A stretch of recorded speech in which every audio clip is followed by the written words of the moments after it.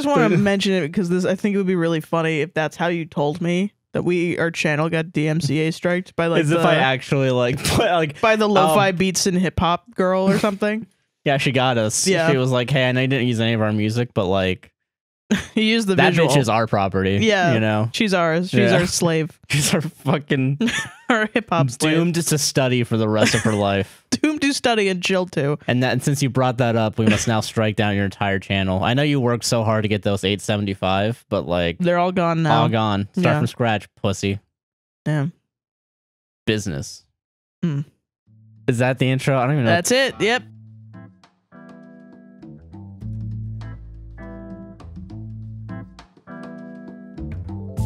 Hello, everyone. Hey, guys. Welcome to a podcast will save this relationship. I'm Sarah. And I'm Joshy, him. You forgot today. You forgot the pronoun. She, her. And guys, nobody can rush you. To put your pronouns out there. Not even Josh. How do you turn it around? You do 30 minutes of Patreon exclusive where you're the one that's gonna get canceled. The literal worst shit ever, yeah. And then immediately, because you just flip that switch of like, oh, this one's actually gonna go out this week. What I say now matters. So now I get to make Josh look like. Yeah. I'm trying to build up my Gus Johnson moment where I say the worst shit behind doors, and then 20 years from now. Damn, 20 years? You got way more on Gus then. How long were they together, by the way? Were they like 7 years? Yeah, like 4 years, I felt like. Really? I don't remember. Damn, they seem like I don't they know. were I really have no forever. fucking... I don't know. But yeah, in 4 years, you're just going to come out and be like, Sarah, oh, wow. Yeah, at some point, there's going to be one time that's going to be the breaking point, and I'm going to be like, all right, I gotta bounce. See ya. God, how are you doing, Sarah? I'm doing good. How are you doing? I'm doing good. Thank you. Yeah. We have COVID. Yeah.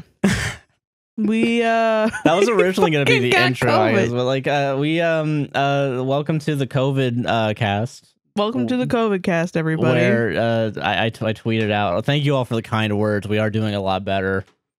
We couldn't record last week. We smartly, without our knowledge, pre-recorded something that could still go out on Monday. Yeah. And then the Saturday when we were gonna record, you got really bad and I was starting to get sick. Yeah, like I couldn't fucking drink anything. I felt really bad. Yeah, and we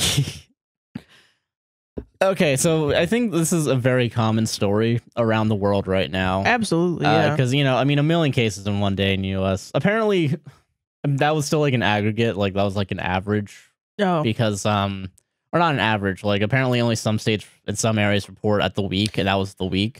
Yeah, but, and there's like everybody's taking at-home tests, and those aren't recorded, and sometimes the at-home tests are false negatives, and yeah, so there's probably definitely like a couple million a day getting COVID right now. Absolutely, as of recording. Yeah. And there's at least 6 people, or at least 8 people that have not been included in the official stats, and that includes us. Yeah.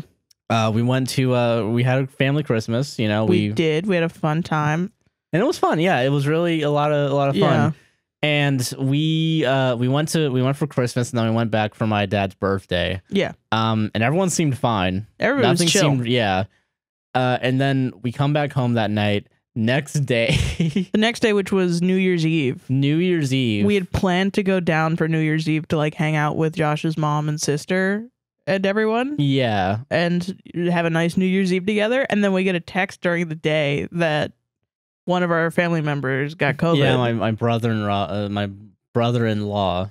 Yeah, your brother and Rob. My brother and Rob, yeah. His name is Rob. His name's Rob. He got COVID. He was the first one to test positive. Yeah. And then everyone else in my family, including us, started feeling symptoms. Yeah.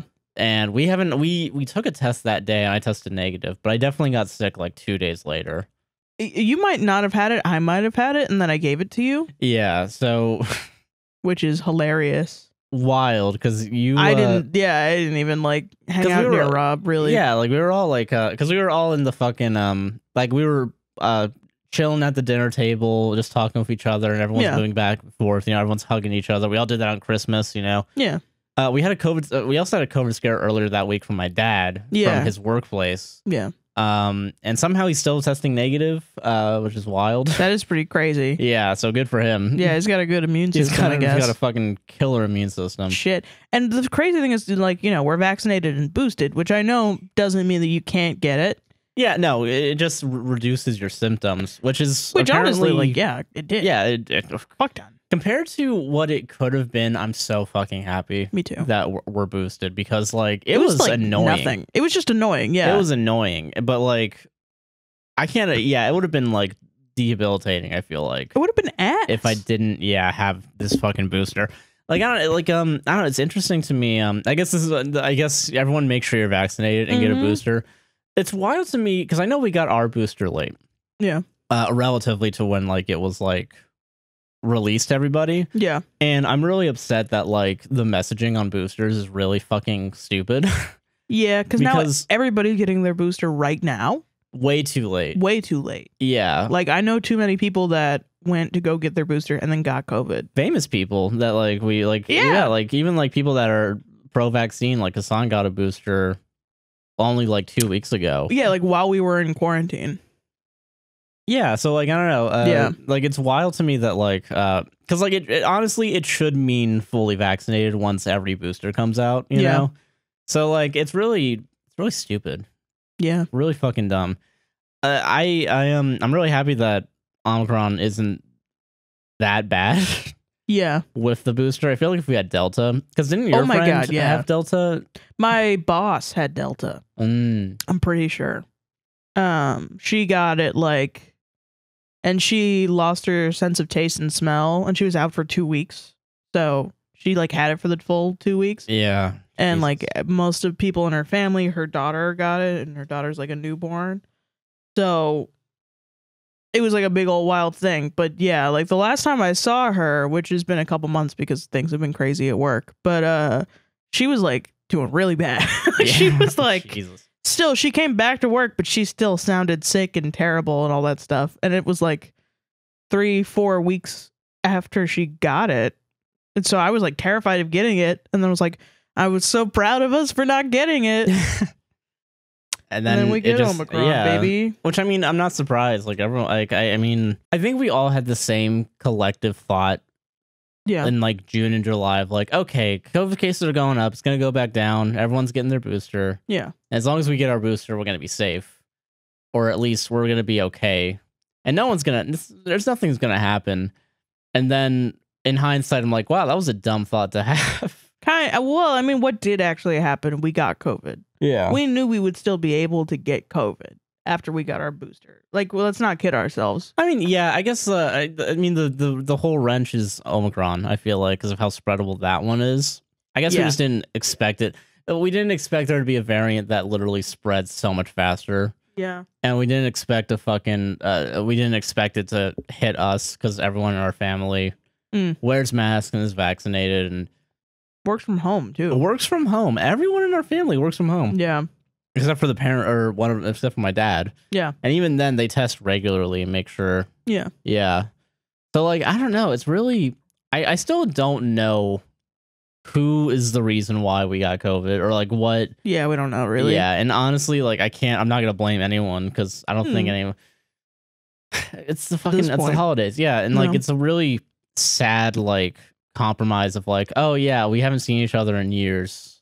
Yeah, because of this. Finally, we're all in one place, but we're all tired because we all have to go see all of our family, and like, and everything's difficult to do because of COVID and everything. And so now we're all like, we can't even really enjoy it, but we are enjoying it. But it's still, we're all tired and and then oops, we all got COVID. We all get COVID. This is a nice little cherry on top, Yeah, like super good. God, man, damn. But it's wild, man. It's just wild that it's been crazy.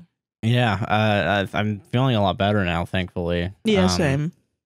It's interesting that like it's interesting. I feel like you got hit worse than I did with COVID. I think I got hit worse earlier on in the sickness. You know what I mean? Yeah. Because you started feeling sick, and then you started feeling really sick, like a day or two later, which is kind of what happened to me. But it just happened last week, and then yours happened this week. Yeah. In the middle of the week. So True. So yeah. I don't know. I'm fuck, man. Yeah. Everyone, make sure you're fucking vaccinated. Go get because fucking vaccinated. I swear to God. I don't want to imagine what anyone will go through not being vaccinated. This is gonna ruin you. This is gonna ruin a bunch of people. Yeah. This is gonna fuck you up. I feel like if we weren't vaccinated, we'd still be fucked right now. But I feel like we also might have lost our taste and smell. For some reason, I feel apparently like... that's just not a thing that happens with Omicron. Okay, well. We would have lost our taste and smell if we had gotten Delta. Okay, then. Yeah. Damn. But I've been able to taste fucking tea and coffee this whole time, and it's fucking... Yeah. And if you do get COVID, Gatorade. Gatorade helps. And tea. That was our diet for a little bit. And Dayquil works. And Dayquil. I mean, helps. And NyQuil. Yeah. Dayquil and NyQuil helps, but it's not going to, like, speed it up.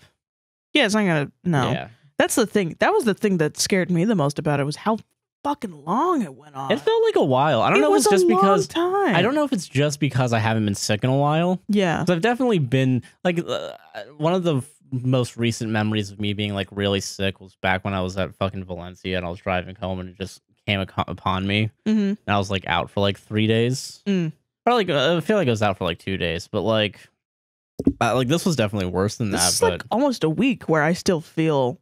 Like, even, weird. yeah, like, talking right now, my throat is, like... Yeah, I still a little closed up. Sinus shit, yeah. Yeah, so, like, I don't know. It's a lot of, like, that lasting... Like, I know, because I was listening to, the Super Mega Cast today. Yeah. And that's when I found out that Ryan from Super Mega got COVID. Yeah. And then Matt Watson had COVID, like, way earlier on. Yeah. But apparently he had, like, stuffy nose for, like, 2 months. What the fuck? Yeah, I think that's what he said. That's wild. That's the thing that fucks with me the most, is the idea of long COVID. Yeah. Because I keep looking it up to try and figure out, like, okay, we're vaccinated. What are the odds that we get long COVID? Yeah. Apparently no one knows. Yeah, absolutely no one knows. Which is fun. Because, it's cool. only been 2 years. Like, yeah. Of course we don't fucking know. So, like, and it sucks that we have COVID because now we're, what is it? We're now susceptible to this longer term system. Which is really cool and fun. Yeah. And especially now that we're looking into doing this as a thing, you know, like... What do you mean? Or, like, doing this, like, as, like, a career move, you know, especially for me. What does that have to do with COVID? Well, because, like, if our throat's going to be fucked up for months. True. Talking into a microphone for 2 to 3 hours at a time. Even once a week. I don't know. I'm of the libertarian ideals of, like, you'll find a way to do it. You know? Damn. You'll figure out a way to fucking do it. Like, come on. You'll find a way to fuck a teenager legally. See? And, you know, that's what people don't understand a lot about libertarians, is they have the American spirit. You're free to fuck They're children. going to figure out how to lower the age of consent. And make sure that you also get COVID. Yeah. And to make natural immunity. And to make Fortnite build the roads. God. But no, I mean, like, you know, even if we end up, like, quote unquote disabled from COVID, it doesn't mean we can stop. We have to stop podcasting. Oh yeah, no, I don't think so either. We just have to figure out how to actually figure it out. Yeah. Yeah. So I mean, I don't know. It's just I don't think that it would cause us to stop being able to do things we like. No, yeah, I don't think so. I think it would just be a lot more difficult. I feel like. Yes. That's what freaks me out. Is the idea that even doing this can become more difficult. I don't know. I wonder if this, like, also I'm thinking about, like, okay, maybe this isn't COVID. Maybe it's because we didn't do a podcast last week and I'm not used to talking, because I didn't talk that much while we were sick. That's also possible. I didn't want to fucking talk. Yeah. Because throat bad, you know? Yeah. So I just really, I don't know, man. Yeah, I don't know. I just hope that the government can figure out, like, what shit to give people who are, like, I feel like the government has to respond to long COVID. Yeah. You know, because if people are having their bodies fucking affected by ostensibly a lack of response to a global pandemic, has forced them to go back into the workforce. You know, you don't get unemployment anymore just because you're afraid of getting COVID, you know? Yeah. Like, there are all these different scenarios where a person who can only get a job at Starbucks has to go into Starbucks and then will get COVID. Yeah, exactly. And then can't taste or smell anything for fucking 36 months. Like, they should get some form of compensation or some form of help. Like, exactly. But no, that's not going to happen. But no, of course not. It's not going to happen because that's socialism. Socialism bad. Right. Well, and that's and that's the other thing too, is I know we've talked about this a little bit. You've definitely been of the mindset of, like, the more I think about it, the less optimistic I am that COVID isn't going to get to everybody, which is really depressing. Yeah. Because like I know when Rob got positive, right? Yeah. You were like, we can't just let this all happen, right? Which I mean, yeah, I agree. Well, because like that specifically was in response to your mom and your sister being like, everybody's gonna get it, whatever, we all got it because we'd all been around him, so whatever, just come to New Year's celebration. But you were freaked out because we might have COVID, which is which is valid. It's valid to freak out about that. And like, I mean, my thing is like, I think we've done a lot of steps to make sure that we don't spread it around our apartment. Where we don't really go outside. If we go outside, it's like when no one's out and it's like in the middle of the night, and then COVID will just fucking because like literally everybody. We have like an elderly person who lives across from us who has the birds, and then there's two families, one across the hall and one above. Yeah, and then I think it's like a young couple that lives next to us. Probably, yeah. I know I know they party sometimes, but I don't know. Hell yeah! And they have that cooler that stayed out there for like 2 months, which was awesome. Yeah, so like I mean, it's like, but it's so like when your mom and your sister said that, I was like, no, no, I'm sorry, I'm not just going to think that everybody's going to get COVID. Yeah, because like because what sucks about that is that you're throwing all the elderly people and all the immunocompromised people under the bus, and you're throwing them at risk. They can't think like that. They can't think like that at all. No, I'm not going to think like that too. I'm not going to like do all, and the problem is with COVID, it's the little things, you have to be like beating it over the head of like, your actions have to be like crazy. You have to look like a crazy person walking in and out of a store with a mask on, getting in your car, taking off your mask, or driving with your mask on, like being like overly concerned about COVID, constantly doing the hand sanitizer, it's not going, like, now we don't even go get fast food, we only have it delivered, and if we have it delivered, we don't talk to the person. And like we're doing that especially as part of like our isolation period, where like honestly I want to do everything I can to where we don't fucking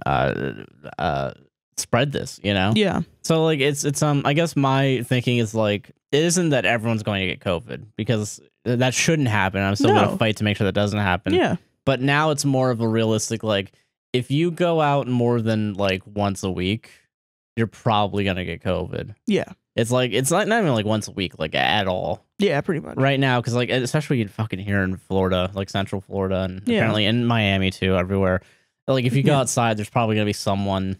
But if everybody just thinks, oh, everybody's gonna get it, then everybody goes out all the time and is like, whatever, I'm gonna get it. Who cares? No, whoever who dies. You should be afraid of COVID. You should be. The thought of fucking going out and getting COVID should be enough to be like, okay, do I need to go out? Is it going to be a And it sucks too, because like I know a lot of the stuff that we're able to do, because we're privileged in the fact that like we can get shit delivered and not have it be as expensive, and like don't get me wrong, we're still stretching every fucking dollar. We are poor. We are so poor. We are, wow, we're really poor. But like fucking like it's very like we're like we're lucky in the sense that we've done the most research imaginable to make sure that we can do what we can and not go outside as often, or when we do go outside, we make it really quick, and which I mean, the saddest part about this for us is that before, what we were doing was we were picking up groceries in our car and going and getting going through drive-thrus of to get like fast food, and maybe once or twice a month going into Wawa. And that was it. And that's like all we did. That was literally all we did. And now we have to not do that. And we have to not do any of that. And honestly, I'm like, I mean, it's like a blessing in disguise, because we're also not spending as much fucking money. No, we're spending more money. Are we? Oh, because we're purchasing all of them. Yeah, true. It's just, I mean, that's the frustrating part to me, is like, I'm not going to see that and go, all right, fuck it.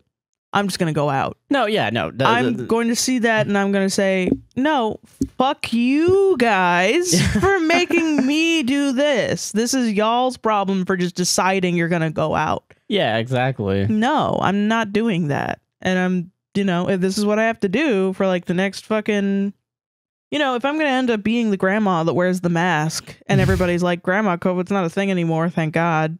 You don't have to do that. And I'm going to be like, we did it in my day. Like the old World War II rationing grandmas. They were like, you try to get her to eat food at Thanksgiving and she's like, no, we got to save some for the troops.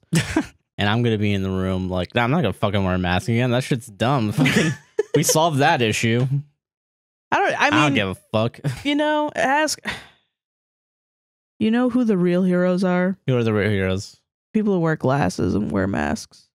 That shit sucks ass. That shit sucks but ass. Not the first response, not the nurses and doctors dealing with COVID. It's the ordinary schmucks. Yeah. That wear masks. That wear capes on their face. Masks. I'm taking power away from this bit. I'm gonna do it. Gone. It's gone. That's what you get for making hashtag not all heroes wear capes. Fucking lib. I just became an alt-writer because of that. I don't think masks work anymore. Not all heroes wear capes. Some of them wear masks. I think QAnon's real now. I think QAnon is real. I think Donald Trump is God's gift to Earth. Jeffrey Epstein killed himself. Jeffrey Epstein actually did kill himself. Yeah, that's what QAnon believes. Yeah. No, I don't know. I saw somebody say that the Jeffrey Epstein didn't kill himself is the leftist obsession with conspiracy theories. Not even a leftist exclusive thing. I know, it's just like an obvious fact. Yeah, it's just like, you know? Bro, literally they turned off the fucking security cameras for 30 minutes. And then a guy named like security guard showed up or whatever. Yeah. A guy named Mike Danger came up. Mike Danger. I think that was fucking Anthony Weiner's fucking thing, but oh really? Yeah. I know that was on Harmontown when fucking Spencer said that out loud and everybody was like, what? That's for sure a cover up. And then he was like, no, it's not real. Yeah. Like 20 minutes later. Yeah, it wasn't real. That was really funny. God. Anyway, let's get into listener stories. Listener stories. Okay, sounds good. You want to go first? Yeah. There always wants to go first, guy. Damn. Okay, shit. So when you do that joke, what the fuck? Wow, fine. Well. Yeah, what the fuck? When you do joke, it's okay, but when I do joke... Yeah, Josh, we did the whole thing. I'm the bad person and you're the good person. All right. All right, so this is from Anonymous. Gotcha. Oh, shit. Okay, you go first. Okay, this is Anonymous, she, her. And this is a trigger warning for self-harm. Okay. Self-harm is talked about. Okay. Okay. I have a couple questions. Am I the asshole? And also, what should I do? I, 21 female, have been pressured to be the maid of honor in my sister's, 23 female, wedding by my family. I have no desire to be a part of it, and here's why. Okay. Throughout our childhood, I had to watch as she mistreated and took advantage of both our parents, Mom emotionally and Dad financially and emotionally. If something didn't go her way, she would claim nasty things about our family parents and weaponize self-harm.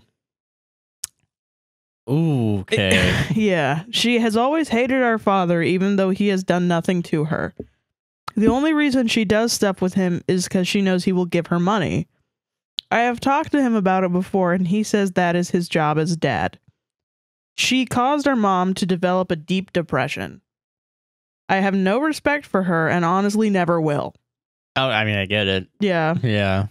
Now, with this wedding, she has created drama with me. Not coordinating to pick maid of honor dress is the basis of it. And I find out she has been lying to our family, saying I'm the one causing issues and being difficult. I almost dropped from the wedding hearing that, but don't know if I could put my parents through the drama it would cause. I have already cut out my older brother and don't want my dad to see none of his children speak to each other. As a side note, I have a big move with my fiance and don't want to worry about that and this wedding drama. So now I ask, am I the asshole and what should I do? Not the asshole. Okay. Because I mean, yeah, your sister's taking advantage of both your parents and threatening self-harm and using that to... Yeah. So, like, I mean, because... I mean, yeah. So I'm going to take this at face value. And most of the time when I hear, like, this person is a terrible, evil, awful person and they don't like our parents, blah, blah, blah, I usually give them the benefit of the doubt and say, like, you know, there's always like two sides to a story. I mean, yeah, but also I don't really think that matters here. Like, I don't actually think that because even I mean, matters at this point because she's talking shit about you. Like, yeah, you know? she's also like causing drama and then blaming you for causing the drama. And then you just don't like her, you know? Yeah, so like, you know. So you don't like her. I don't think you should be a maid of honor in her wedding. And I know it's going to cause drama with your family, but it's also at some point you gotta do something you gotta make sure your mental health and your sanity is... You have to demand respect from this person. Yeah, and you definitely deserve respect, you know? You know, and if you say like, hey, you know, it really is up to you. It sounds like you're completely done with this person. It sounds like you're past your boiling point. It's not like there's a redeeming quality. So I would just say like, yeah, no, you didn't want to be a maid of honor in the first place, but your family is making you do it. They're just kind of enabling her behavior. Like the fact that your dad is like okay with her taking advantage of him financially, they are technically just enabling. Yeah, they're 100% enabling it. Yeah. And that's especially when the whole reason why she'll hang out with him is so that he gives her money. It's fucked up. Fucked up, yeah. Yeah. It's, you know, and I mean, honestly, the brunt of the issues falls upon her doing all this shit.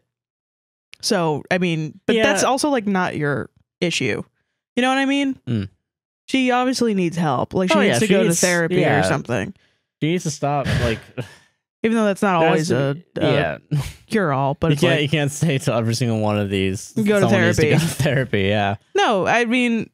But we're not offering advice for your sister. We're offering advice for you. Yeah. And you just need to tell her, like, hey, if you're going to continue to cause drama in my life, I'm not fucking... I got other shit going on. Yeah, if you literally want to focus on... Because I mean, I assume, because every move's a big fucking move, you know? Oh, yeah. You shouldn't have to be stressed out over making sure that everything's packed and ready to go. Yeah. For the 3 days or so that you have for moving, you know? Yeah, you shouldn't have to worry about, like, a bridezilla or something. Yeah, exactly. You know? Fucking...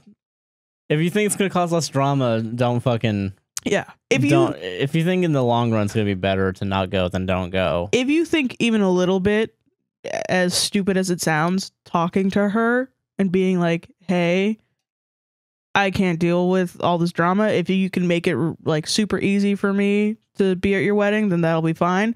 If you think that'll work out, then do that. Yeah. Because then it'll go. You won't have to like completely cut somebody out of your fucking life, you know? Yeah. But like, it sounds like you just gotta, you just gotta say like, yo, stop bullshitting me. Yeah. Yeah. And stop bullshitting everyone too, you know? Well, mostly the person that sent it in, but like, I usually think of it as like,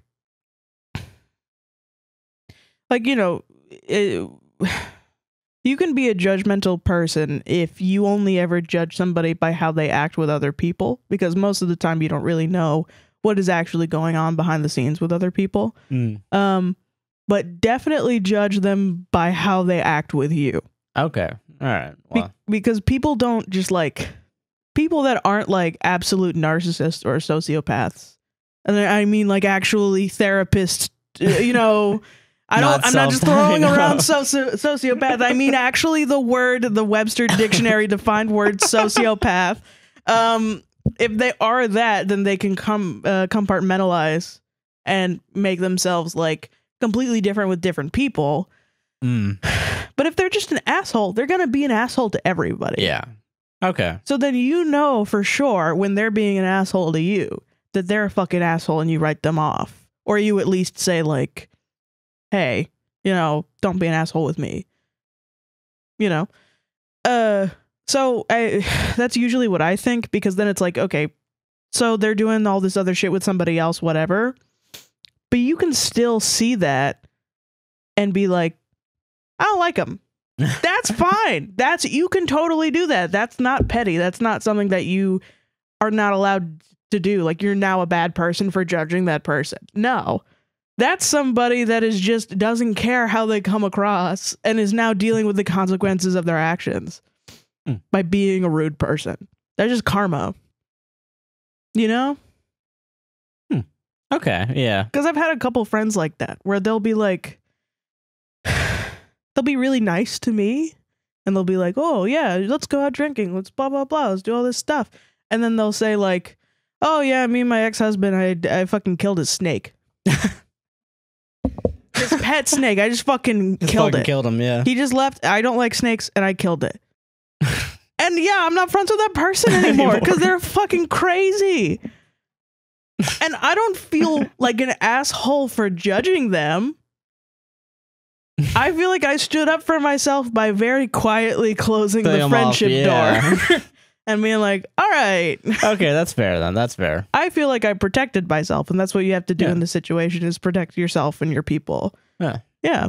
I agree with that. And then if your parents come to you and they're like, you're causing drama, you can just tell them, no, I'm protecting myself and you need to protect yourself too. Yeah. Because this person is taking advantage of you. And you're well within your rights to say that. And anybody who tells you that you're not is being a shitty person. Yeah, exactly. So I agree with that, actually. Yeah.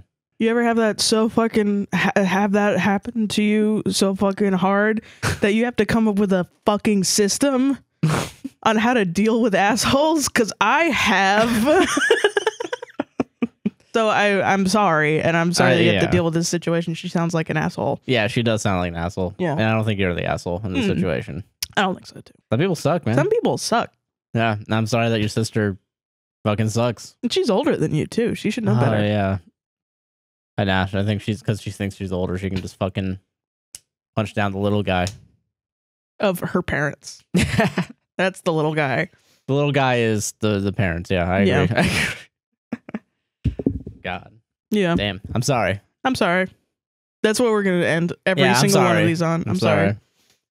All right. You ready for the next one? Yeah. This is from Anonymous. Nice. She, they. Nice.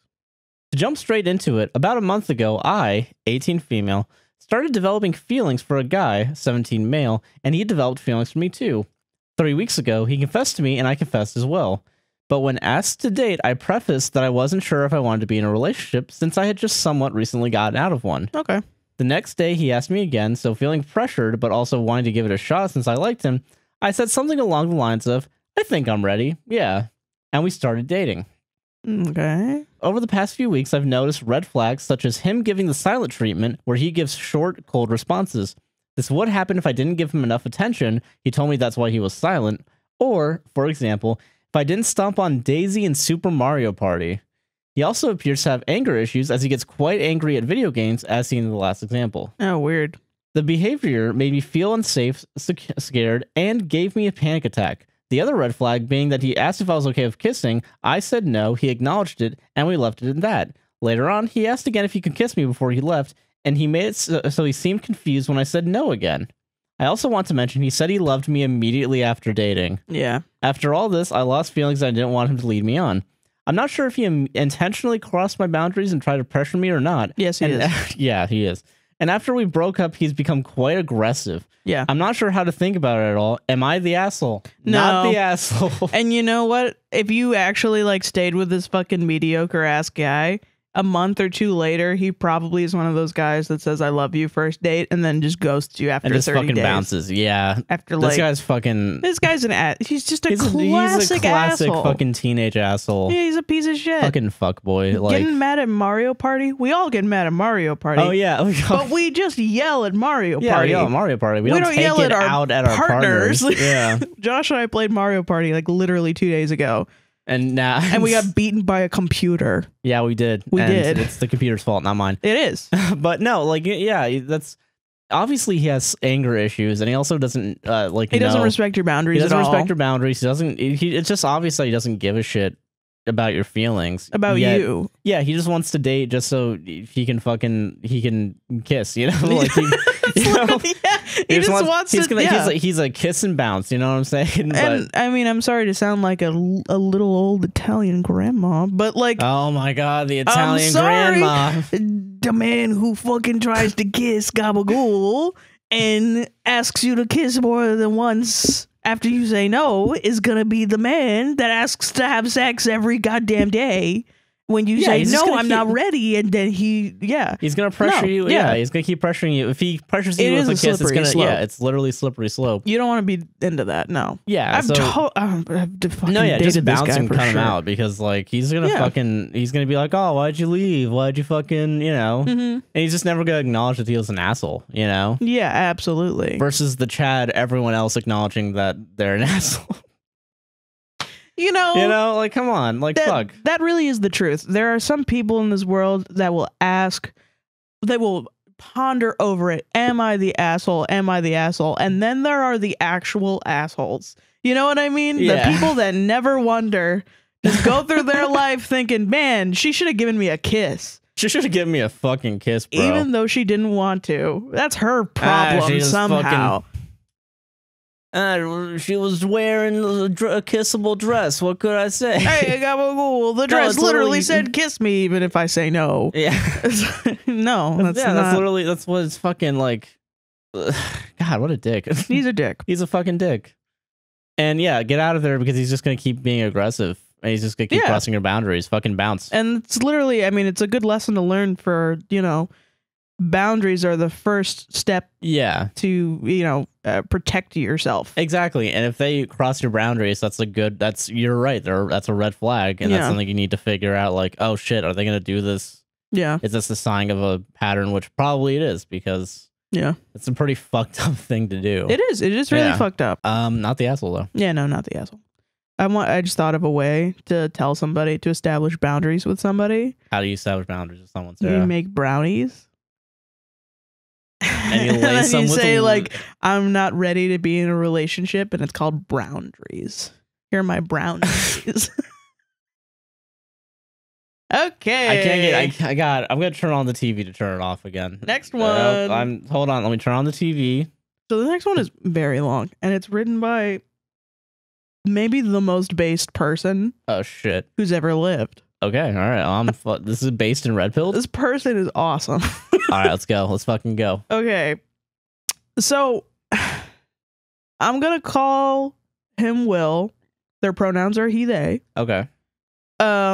They do have a Jewish name. I do not know how to pronounce it. And also later on in the story, they say that he only really wants Jewish people. He's uncomfortable with non-Jewish people saying his Jewish name. Yeah. So I'm going to respect that. I'm going to respect that too. And I also really don't want to butcher it because I know I will. So do you want me to put the name on the screen? Yes, but then there's also a different name that I want you to put on the screen.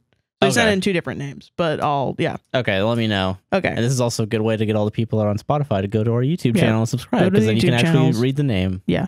I'll also say like what the name translates to. Okay. So later on in the story, so then people who are Jewish who only listen will know. Okay. Yeah. Sounds good. Okay. Hello, Josh and Sarah. I, 22 male, am having a problem with my name and I could use some advice. Buckle in. This might be a long one. It is very long. All right, let's go. But it's awesome. My name used to be Isaac, and ever since I could remember, I never liked it. I was constantly making up nicknames for myself that never stuck. When I was around 3 to maybe 7, these names included such reliable classics as Carmel and Trash Can. Sup, Trash Can? My name's Trash Can. I love it. I'm the Trash Can. I'm the trash man. But as I got older, my taste matured, and I selected some more exotic names, such as Luke or Zach. Ooh, fuck yeah. This went on pretty much throughout my entire childhood, and I even outright told my family that I would never publish a book under my given name, but none of my family ever seemed to get the hint. This all came to a head, however, when I realized that I was gay. I directly remember when I came out to my parents and my dad, 50s male, being in complete and utter shock, and my mom, 40s female, saying she always suspected it. That's a little yikes when yeah, it's kind of a hit, like, yeah, like, but it's also kind of like, oh, okay, well, I mean it's a weird validating. It's a weird validation, but like, yeah, yourself. it's also like, I fucking knew it, fucking like, fuck it. When I came out to one of my friends as pansexual, he was just like, now, you just realize now, which is funny, but also like, fuck you. Yeah, exactly. Damn it, Jesus. But okay. My coming out was immediately met with a ton of gaslighting, where my parents tried to convince me I wasn't gay, and when that didn't work, they had almost nightly quote-unquote meetings in which my parents would try to pressure me into trying not to be gay while reinforcing the belief that it was wrong and that, quote-unquote, I could die any day and should really get this sorted out. Wow. Yeah, maybe that's terrible, but it is really funny. So funny. But they just think figure it's it like out. Just got it. It's like a disease. Listen, fucking that go, you're gonna die of. Go someday. to the hospital, get into the ICU, tell them you're gay, and then they'll figure it out. They'll take the gay out of you. I want somebody to be like, Sarah died. She was too gay. She was too gay for this world. She just was too gay for this world. No one. She never figured it out. She never sorted this out for herself. Okay, honestly, this was the only point in my life where my name felt appropriate, as my family was willing to sacrifice me for their religion. That's a fucking dope Bible joke, dude. Hell yeah. Now, you might be thinking, Jesus Christ. Well, for one, no, that was Abraham. Fucking second Bible joke. It's really good. This is fucking awesome. I love this guy. Getting fucking this person. Sorry, this person's literally fucking upstaging both of us right now. I know. What the fuck? They're literally writing what the jokes. Fuck? They're doing. They should be up here right now. What the fuck? It's so good. And this two, guy. Some important context is that my parents are conservative Christians, Baptist to be specific. Ooh, yikes! Yeah, that's not my favorite type of Christian. They're not so much the fire and brimstone kind of Christian. More the hate the sin, love the sinner kind. Was it not a good one? Yeah. Still not a good one. Which isn't really better considering I know how they talk about gay people behind closed doors, and angry rants about how terrible gay people weren't uncommon. I'm sorry. Yeah, I feel that. It's a big mood. I specifically remember one time my father was talking about the Making a Murderer Netflix special, and saying that the guy is obviously guilty, and that of course the people who made the special were trying to prove his innocence were lesbians. As if the two were at all related. These two fucking lesbians are trying to let a murderer go out. They're gonna rape your churches, burn your wives. Release murderers. Release murderers. Gavin Newsom's gonna let out all the fucking all the criminals because of COVID. It's so ridiculous. Okay. And this is a pro tip. Pro tip, if anyone tells you they love you the same as anyone else, despite their homophobia, no, they don't. Yeah, no, they don't. Yeah, because that's the only keyword for I'd actually really love it if you weren't this, but I'm going to love you anyway, I guess. I had a friend like that who, and the weird thing was I wasn't even out as gay, even though like the strange thing was I had like crazy gay vibes. And also this person who was Christian also had really gay vibes. But he was very like, you know, he was very like I love the hate the sin, love the sinner kind of guy. And I was an atheist. I was like a super out atheist. Yeah. So fucking, we had conversations like this all the time. And I was like, you know, I can't like trust you, right? Because not only like you hate who I am as a person. And he was like, no, I don't. I just hate who you think you are. And I was like, I'm going to hate you. I'm going to hate you. And then you'll really hate me. Like you will actually hate me. Oh my God. Jesus. Anyways, this obviously caused a huge rift in our relationship. I tried once to explain how their homophobia hurt me, but they decided that me pointing out how they hurt me was really hurting them. How fucking dare you, man? Yeah, wow. I should be able to say slurs at you, and you should just be able to take it. I am a Christian. I am a God-fearing family man. I can't believe you would hurt me by trying to make me have consequences for my actions. So it's called freedom of speech, Sarah. Yeah, exactly. Read a constitution. And if you're a Christian white person, you're free from consequences as well. Apparently. Yeah. So I decided to pretty much stop talking to them. Good call. Good call. Absolutely good call. Eventually, after a lot of time on my own and a lot of self-reflection, I decided to make two major decisions. The first major decision was to completely change my legal name, middle and last name included. And the second part was to convert to Judaism. It's a long story I can't tell here, but it is relevant. Okay. I decided on a whim to announce my name change on Facebook quite a while before it got legally changed, which I later found out my parents did in fact see. Oh, no. Now, for part of the process of changing your legal name, you need to get a new social security card with your new name on it. And I thought I would need both my parents' social security numbers to do so. I texted them to get their social security numbers, and they told me they wouldn't give them to me because they knew what it was for, and they, quote unquote, couldn't support me in that decision. Hate the sin, not the sinner, though. Yeah.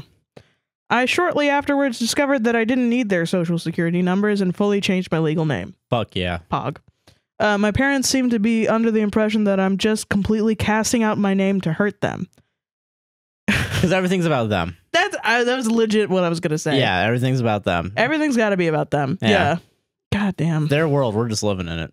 But this is not the case at all. In fact, I'm not casting my original name away completely.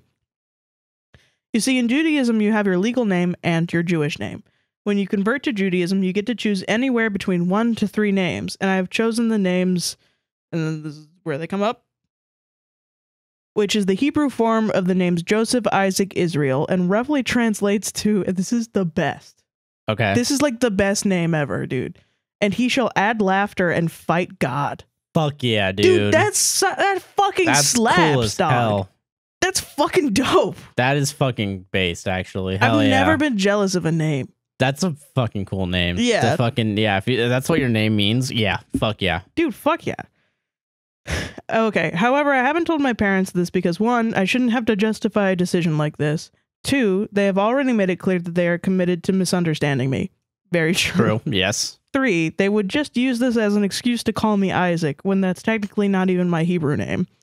4, they're not Jewish, and I'm not comfortable with a non-Jewish person calling me by my Jewish name. Fair enough. Yeah. What's even more frustrating about the whole situation wasn't just the blatant disrespect, but the fact that my mother and 2 older brothers had the same problem with my maternal grandmother. Really? So this is so interesting, actually, to me, that they can't see the connection between these two issues. You see, my 2 older brothers were from a previous relationship from my father, and their bio dad didn't want anything to do with them, so my brothers originally had the same last name as my mother. But after my parents got married, they begged their mom to get their last name changed so that their last name matched my father's last name. Oh. Meaning all 3 had their last names changed. And almost 2 decades later, my grandmother would, in my mother's words, many quotation marks, accidentally write the wrong last name on birthday cards, Christmas cards, and basically everywhere else you could write someone's last name. Wow. So the disrespect spans generations. This is generational trauma right here. Holy shit. If generational trauma meant just all generations causing trauma on everybody else. Jesus. Over the years, I have heard her rant and complain at length to my father and her sister about this problem, and was constantly mad about this issue pretty much any time the subject of my grandmother came up. And yet here she is doing the same thing to me far more intentionally. It's like they can't see the connection. Connect. No connection. And that sucks because it literally just boils down to homophobia. Yeah, no, 100%. It's just going down to homophobia, and then because also it's just I feel like it's just a conservative thing where they can't. You're not who I want you to be, so you don't deserve basic human respect. Exactly. Yeah, it's the stupidest thing ever. What's even worse about this whole issue is the maternal grandmother mentioned above calls me by the correct name. And did so immediately the first time I talked to her after the Facebook announcement. That's wild. What the fuck, actually? Maybe she just goes by what the law says. Oh my God. Maybe she's just I don't give a shit about fucking anybody's identities or whatever. It's just whatever's on a piece of paper. Legally speaking, that is their name. But no, because then that wouldn't make sense because the brother's name. Yeah, they also legally changed. Yeah. I don't know. Well, because I guess because then then it's just the grandma's like grandma's still butthurt about the names being changed for the brothers and the mother, but like since your name this person's name is changed and has no connection to anything else, she's like, fuck it, whatever. I don't give a shit. I don't give a crap. I don't know. You haven't slighted me by changing your name. Or maybe the grandmother just doesn't like the parents, dead naming this other person. You know what I mean? Maybe. I have no idea. And it's just like, I'm going to be shitty to them because they're being shitty to you. That would be awesome. Yeah. That would like break my heart, I would like break down crying. But like, I don't know. No fucking idea. It could just be this is just people purposefully being shitty just to other people. And choosing, yeah. Just deciding. Okay, now we get to the dilemma. All right, here's the dilemma. You see, my extended family announced in a group chat that we would be celebrating Christmas on January 15th.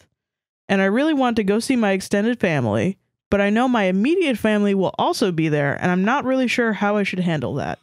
I'm definitely not going to tolerate being named incorrectly, but what do I do when I will inevitably be called Isaac by my parents and refuse to correct themselves? Do I just ignore them until they do? Should I just not go? I'm at a bit of a loss here and could really use some outside perspective. Anyways, love you both on the podcast. Sarah's laugh gives me life, and I love it when you guys do dirty 20s. So First of all, start deep cut. That's a deep cut. That's also not the first time we've heard that. Which is wild. So now we have to bring back dirty 20s. Fuck. It's coming back. You're not getting an answer because you mentioned dirty 20s. Next. Whoa, that's not okay. No, I know. Okay, what do? You bring a baseball bat, and every single time they get your name wrong, break their fucking leg. Listen, that all really just depends on because like your level of comfort. If you know for a fact that you go there, your immediate family is going to call you Isaac, and that bothers you.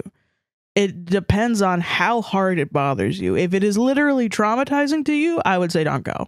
If it is you can deal with it.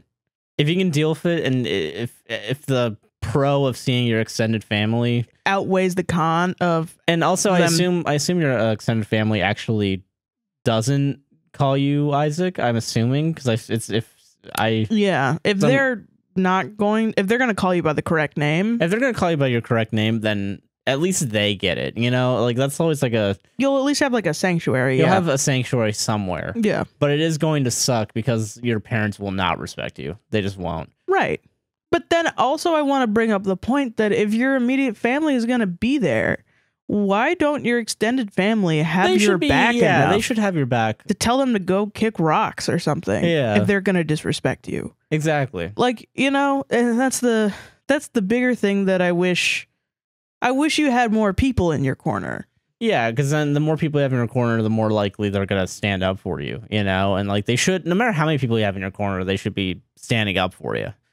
And making sure that knocking it into your fucking parents' heads that they're being you dicks. have a name and they're being dicks about it. Yeah, and they can't. And it sucks too because if you bring up the fact that like, well, hey, doesn't your mom also incorrectly say your and the brother's name? You could just start doing that back. Yeah, that's I've seen that happen. Honestly, yeah. I mean, because just to fucking take their head and fucking drown it in the self-awareness, like exactly. Yeah, at some point you're gonna have to like it also depends on how aggressive you want to be about it too, because and what kind of person you are. Like if you're the type of person that you would just like rather be like petty about shit, because there really isn't a way where you can sit them down and say, hey, I need you to respect my name. You can't just bring up a PowerPoint presentation and be like, all right, here's the 10 different reasons why you should respect me. Because then they're just gonna say that's fake news. They don't give a fuck. Yeah, they don't fucking care. They fucking believe in QAnon probably. They're not gonna. How are they gonna? Who knows? Yeah, like. But like so if that's the case, that it's like you're not gonna go through that. But maybe every time they say that, you can just call them by their original last name. Yeah. Which is, shitty. It's shitty. It's shitty. But I mean, how much shit can you take before you start giving shit back? Yeah, exactly. So I guess that's my take is if you really do want to see your extended family, and if they're going to be nice to you, like for sure, and they're going to respect your name, fucking... And they're going to protect you also. Yeah, and they need to protect you. Because you don't want to be going into a situation where you're not going to be protected and then you're just going to have people hurting you. Exactly, you don't want that. And then at that point, it becomes your personal responsibility to protect yourself. Exactly. Even if it's shitty, like you feel like you're shitty because you miss family Christmas. Also, keep in mind there is COVID going around. There is also COVID, so you could just do have an excuse of... You could just say, "Oops, got COVID. See you later." Yeah, and I don't want to get to you guys. And fucking ride it on your skateboard. And yeah, I mean, yeah, it could be. It literally all depends on what you want to do and what you're comfortable with. So, and what you're comfortable with putting up with too. Exactly. Yeah. You know, there's only so much that anyone can handle, and I commemorate you for already having to deal with a lot of this bullshit. It's a lot more bullshit than other people have to deal with, and you shouldn't have had to deal with it. Yeah, you should be able to claim your new name and wear it proudly, Yeah, you sound like a fucking dope person. Yeah, you seem cool as fuck, but you're being disrespected by your parents, and that's bullshit. And it's ass. And it's ass. But I guess to sum up what I've been saying is figure out where your boundary is. And then draw a really harsh line about it. Because these people sound like they're going to continue to just break boundaries whenever they see them. Because they don't respect you. And at that point, then you just say like, all right, see ya. Yeah. It might end up being that if people invite your immediate family to things, you just don't go. Yeah. And then, And they have to make events now where the immediate family is not there. Because they're going to continue to dead name you. Which is shitty. Exactly. So, no, I agree with that 100%. Yeah. We just solved Judaism, dude. We did it. It's not we even Judaism. Solved Judaism? That's not how that works. That's not how that works? No, I don't think so. Damn it. We gotta solve something. That's fuck name. That's a cool fucking name. I don't think we need to solve Judaism. I think fucking Judaism Judaism's doing it okay. Yeah, they're doing fine. So, next story. Okay. This is from Ebony. She, her. Nice. Trigger warning, sexual assault. Okay. Yeah. Thank you. Hello, APWSTR. Hello. I'm a 23-year-old female, and I'm writing in because I'm worried I may have ruined my family. Oh, no. I was kicked out of my house when I was 17 by my biological mother, and I had nowhere to go for some time. Okay, no, you didn't. You didn't ruin your family. No. Luckily, I was taken in by my friend Dave and his family. I've never had such an amazing family as my adoptive that I've been with now for 5 years, and I've been so happy ever since. I lived on my own for some time after I was 18, but moved back in with my adoptive parents and sister Lily and brother Dave during quarantine. Recently, Dave, now 24, came to me in a towel and says how he, quote, how he has really intense dreams of the two of us together, and proceeded with, do you think we could try to actually be together? Whoa, okay. And this is is this your brother or your adoptive? Friend, the adoptive friend. Yeah, this is adoptive. Family. But like your brother. Like a brother, yeah. But okay, but not actually your brother. Okay. So you're just having like a bro, stepsis fantasy, I guess. Hell yeah. No. I was floored. Okay. I was floored and had always seen him as a friend and a brother, and the thought of it was repulsive to me. I knew he had a crush on me when we first met, but I thought after years we moved past that. This has really hit a nerve with me as my family knows I've been sexually assaulted by biological family members previously. So he knew this shit? Yeah. He was like, I'm gonna shoot my shot anyway? Yeah. Fucking trash. I've been sexually assaulted by biological family members previously. Even if he hadn't tried anything with me, I don't feel safe in the house anymore, and that may be due to PTSD. Yes, I haven't been able to talk or look at him for months now, and honestly, I don't want to. My adoptive parents think I should forgive and move on so we can be a family again, but I have been civil with the whole situation. I just can't bring myself to pretend like things are normal. Am I in the wrong for not moving on just so they can all be happy? No. No. No. And honestly, this makes me so mad that they had the fucking privilege of bringing you in their house and they decided to take care of you. And now somebody in their family has crossed a line and they choose to protect him and gaslight you into just being like, hey, just get over it, you know? It's bullshit. That sucks. And you know, I can totally feel this because I've also been in situations where I need help and I feel like I have to stand up for myself to the person that is giving me help. Some people, they really think that just because they give help to somebody who needs it, They can treat you however you want. They can treat you however you want, and they can get whatever they want from you. Like they owe you, you know? Or yeah, like you owe them. Yeah. When no, if you're honestly just giving your help to somebody who needs it, you don't expect anything. You don't expect anything. Yeah, you should return. have the respect to not expect anything from it. You know, Yes. it's like, you know, it's like, you know, if you're doing something good for someone, you shouldn't expect anything in return. That's the whole reason of like charity and like volunteering and all this shit. You know, the thing that makes it rewarding itself is the privilege to help someone. You know, and then Dave has completely taken advantage of it. You should. I mean, you know, I'm sorry if I had a son who showed up to a girl in a towel who was sexually assaulted previously, and he knew that, I would be ripping him a new asshole. Yeah, right. What a dick! Like, you can't be doing that shit. No, yeah, of course not. What is wrong with you, this kid? No, that's no. Yeah, no. There's something wrong with the parents too, just being like, oh yeah, it's fine. It's our boy. And now I'm worried for you because, like, yeah, I would think that this is an unsafe house now. Yeah, this is definitely that everybody's an unsafe like place. cool with that. Yeah, because like they shouldn't be. They 100%. They should sit Dave down and be like, hey, that's fucked up. You can't like show up to her in a towel and stuff. You can't you can't. You can't do that. You can't do that to any girl. Yeah, literally. Not your sister, not anyone. You can't be doing that. That's weird. That's very weird. Why do you think you can do that? I don't know, man. You know? Fuck him, man. Yeah, fuck that guy. And fuck the parents. And fuck the parents for not wanting to have to deal with that. You're not the asshole. No, they're just deciding that they don't want to parent their child. Yeah, they're literally just like, they'll figure this one out. Whatever. I don't need to. Teens are teens. No, fuck that. That's stupid. You need to be protected in this moment. Yeah, you need to be protected. And they took you in as a daughter, and they should be stepping up right now. Yeah, fuck those parents too. Not that you did not break up this family. There's something wrong with this family. Yeah, no, there's something deeply wrong with this family. So I don't know what advice to give you. If there's anywhere else that you can go, if you can stay on anybody else's house, you know, figure out if you need to start making the moves to get out, because otherwise get a lock for your door or something. Get a lock for your door. Anything that'll make you feel safe in the home. Yeah, exactly. If it is possible to even let you, because now you're in a really unfortunate position of you have to look after for yourself, because no one in this house is giving a shit. And I mean, maybe try to communicate that to the parents, because maybe it's one of those things where adults think that children don't know what they're talking about. Yeah. Which is also stupid. But like, sometimes there are situations where you can talk to an adult and be like, hey, this is legitimate. This is how serious I'm taking the situation.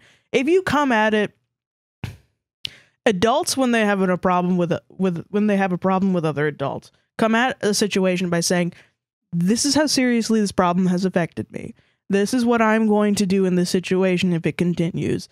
I am, and this is what I'm going to do in terms of our relationship, how it's going to change our relationship. And parents should immediately recognize this as, oh, this is not my quote unquote daughter coming to me. This is a goddamn person. Yeah. Just a regular person who was hurt by our son coming to me and demanding respect. Yeah. And they should react accordingly with that. And if they don't, whatever it is, it's disrespect. And you should not stand for it. No, of course not. What does that mean? I don't know. It could be really fucking scary in this situation because if you don't have anywhere to go, it could mean that you have to look into halfway homes and stuff like that. Or, figure out whatever you can do. A couch to sleep on. Exactly. Something like that. And I'm really sorry you're in this position. But right now, unless something changes, I don't think you have much else of a choice. Or in a way or a choice that'll be safe for you. Yeah. The only bad advice I think we can give to this person is to not take the situation seriously. Yeah, no, take this. This is a very serious situation. This is very serious. Yeah. Yeah. God, I'm so sorry. Yeah, I'm sorry. Get out of there. Jesus. Solved it. Solved it. Solved it. We did it. And you know what else we solved? This ad break. No! Not after that one. one. Yeah, it's been two. Oh, It was two of no. them. We did two of them. We gotta do a Patreon ad read. Oops. I'm sorry. And I gotta be. I'm sorry. I'm sorry. I'm sorry. It was. I'm sorry this is a show. I'm sorry. I wish I Sorry, could we just... gotta put in bits. Welcome to the ad break. Pew, pew, pew, pew, pew. Hey, are you liking the podcast and you want to support us? Well, there's a couple ways you can do it. Subscribe to us on YouTube. Rate us 5 stars on Spotify and Apple. Fucking like on the YouTube video as well, and make sure you're subscribed. I already said that, but we're like 125 away from 1,000 on YouTube. Yeah, literally. And So then we help get us out. monetization. So Yeah, please, please do it, please. I'm overdrawn. And if you want to help us directly with financial compensation, we have 2 ways to do it. We have patreon.com/APWSTR and buymeacoffee.com/APWSTR. Patreon, you will get episodes a little bit earlier. You won't have to hear us do this ad segment all the time. Yay! And we're working on getting at least 1 exclusive out per month starting this year. We're really trying. We're trying hard. We're trying hard. I'm sorry, guys. I'm sorry. I'm so sorry. It's hard. It's only $1 minimum. Don't expect much, but Yeah. that's why it's $1. So that way you don't, you know. You can pay whatever It's you want, accessible. though. If You you can pay whatever decide you want. if you're like, oh, that's too cheap. They have a bunch of joke tiers of like $3, $5, and $10, but you Yeah. can go above that. If you want to be a super fan. $100, and you'll get exactly what everyone else at the dollar tier gets. Exactly. But if you don't want those exclusives or the things early, and you just want to support us with a one-time donation, you can go over to buymeacoffee.com/APWSTR, and then we'll also read whatever you say, as long as it's not homophobic or transphobic or racist, or as long as it's cool. Do we have any from last time? So we actually do have a Buy Me a Coffee. This is from, I don't know how to pronounce this name. I'm going to put it up on the screen. And they're they. They. And they say, hey, cheers from Finland. You two make my workday so much better. I really like the jokes you do. Y'all's kind of funny. Hee funny. Best regards and good luck for 2022. Can you say hi to my cat, Pipsa? Thanks. Hi, Pipsa. I bet Pipsa is the best cat in the world. Yeah. Or best cat in Finland. Because the best cat in the world is actually Fox and Misty. That's true. Both of them. But hi, Pipsa, or hi, Pipsa. Pipsa. Hi. From APWSTR. Send us a photo of Pipsa. Send us a photo of Pipsa, please. We want to see Pipsa. We want to see Pipsa. We'll get a Discord server going so we can have a cat. Actually, yeah, that would be dope, actually. The APWSTR cat server. Cats only. Just cats. We're not even going to post like when we post stuff. Should we have a Discord server? Do you guys Let want us that? know if you guys want a Discord server, and we'll figure something out. Below if you want Discord. Yeah. Yeah. Add over. We're back. Got water. Should I get another LaCroix? Probably not, right? We have so few. Yeah, you want to save them. I get through the end of the week. Yeah, we got to make them last till Friday. God, fucking quarantine. Yeah. Speaking of quarantine, I think we got to Quora read some more listener stories. We got some Quoras that we need to read. You can't pay me to read a Quora anymore. Too bad. I used to read Quoras all the time, and they just got more and more unhinged. Fuck yeah, actually. I can't read them anymore. Guys, should we become the next My Brother Me and read Quora things? Yeah, no. Do you guys want to compare us to another podcast? Do we want to just rip off another podcast, you know? Like we already have? According to like 2 comments. Yeah, no. Somebody's going to copyright reading Reddit posts. Joke's on them. These aren't Reddit posts. We found a way around the system. We found a loophole. Okay, this is from Anonymous. This is they. It's the XE pronoun. I don't know how to say it. Z? I don't know. They. They. G. I'm going to say. I'm sorry if I can't pronounce it. I don't know how to pronounce it either. I'm really I apologize. old. I don't know. I'm asexual and aromantic. However, I have a partner. I like them as a friend, but have since realized it's not romantic feelings.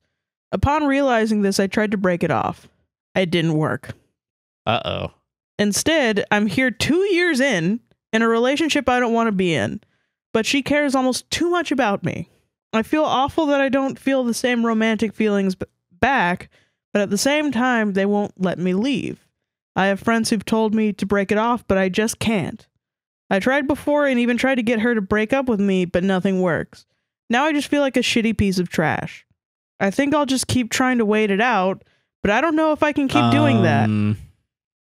They really are genuinely a good person too, so I know that I'm genuinely the asshole of this situation, but I don't have it in me knowing that I would break up with her. I know I shouldn't keep it going, but I just can't. What do you guys think I need to do? I don't. You literally just have to break up. You gotta break up. This is yeah. There's no. We can't say anything else. But this is weird though, because why can't you break up? That's the one thing that I'm not getting. That's the one thing I'm like, okay, I need more. It sounds like this person is not as good as you're saying. If you are trying to break up with them and they're denying that, that's weird. Like, are they just George Costanzaing? You know, like I normally Jerry, I would say, you can't break up with me. No, there's that episode of Seinfeld where George tries to break up with a woman and she just goes no, and he's like, for the rest of the episode is like, I can't break up with her, and Jerry's like, George, why can't you break up with the woman? And then he's like, oh, she won't let me. That's weird. Yeah, normally I would say don't watch Seinfeld, but that might be good in your case. It might be give you some advice on how to break up with somebody. I guess, but I mean, you really just gotta stand your ground. You gotta stand your ground and be like, no, I'm fucking out. I don't want to be in a relationship anymore. I've realized that I have no feeling towards it. You gotta be as blunt as possible. I feel like I think you have to. Yeah, because there's something going on with the other person. I feel like I think so too. Yeah, to where they're just like, no. Because at that point, I feel like what I jump to, and I don't know, it's because I read too many of these. It's because fucking they're pressuring you to stay. That's what I assume is happening. That's what I think too. Yeah. So if that's the case, you doubly need to leave, because like you're just gonna be more. The longer it goes on, the harder it's gonna be to break up. Like, you know, there are such things as healthy breakups. You know. A healthy breakup is somebody realizing that they don't want to be in a relationship with somebody who doesn't want to be in a relationship with them. And sometimes that just happens to people, and then they both are like, yeah, we should break up, even if they still have feelings of affection for each other, you know? So you saying, I don't have any feelings of affection towards this person. That's cue to I want to break up with them. Which is good that you know that you want to break up with them too, because sometimes people are in the situation and they don't even have the self-awareness to even think to break up with the other person. So like, you are totally self-aware, you have all the right things, but there's just there's more information that we don't have, that I just think this other person is maybe just saying like, no. Or I think what it is the other person loves them so much that this person thinks that if they break up with them, they're going to be really sad and can't bring themselves to make the other person sad. But you're gonna, because at some point, because then the longer that you're together, the more sad they're going to be when you break up with them. Because think about this, like, you are denying them a future where they can go out and find somebody who genuinely wants to be with them, that they want to be with, and they have a healthy, happy relationship. As much as they might think that, you know, they're in love with you, they are in love with you, but as much as they think like, you know, this is the best relationship for them, you know it's not, because you know that you don't love them like that. Yeah, and you know that you're going to break up with them eventually, and you know that you don't want a future. So you just got to rip it off as soon as possible. And it's going to be better for everybody. Yeah. Yeah. And they might, I mean, and if they're weird about it, they're the weirdo. Yeah, they're fucking, don't feel bad. Don't feel bad about it. Yeah. But they might try to make you feel bad. They might be like, you know, call you an asshole or whatever. Yeah, and if that's the case, then you know you're not the asshole, because you're trying to do something that's normal for relationships that don't work out. It's normal for relationships to end. Yeah. I don't know. Everybody has this like weird normalize stigma. Ending relationships. Honestly. Normalize ending relationships that are just not good anymore. Sometimes relationships just end, you know? Yeah. That's normal. Yeah, and they shouldn't be too sad about it, because it happens, you know? Well, they're allowed to be sad. They're allowed to be sad, but I mean, like, you know, it's a natural part of life. It's a natural part of socializing, and yeah. Yeah, so. Absolutely. You know? It's tricky. It's tricky, but it's better once everyone's, because then everyone will be able to actually do what they want to do with their romantic life. Yeah. Or in this case, an aromantic life, you know? Yeah.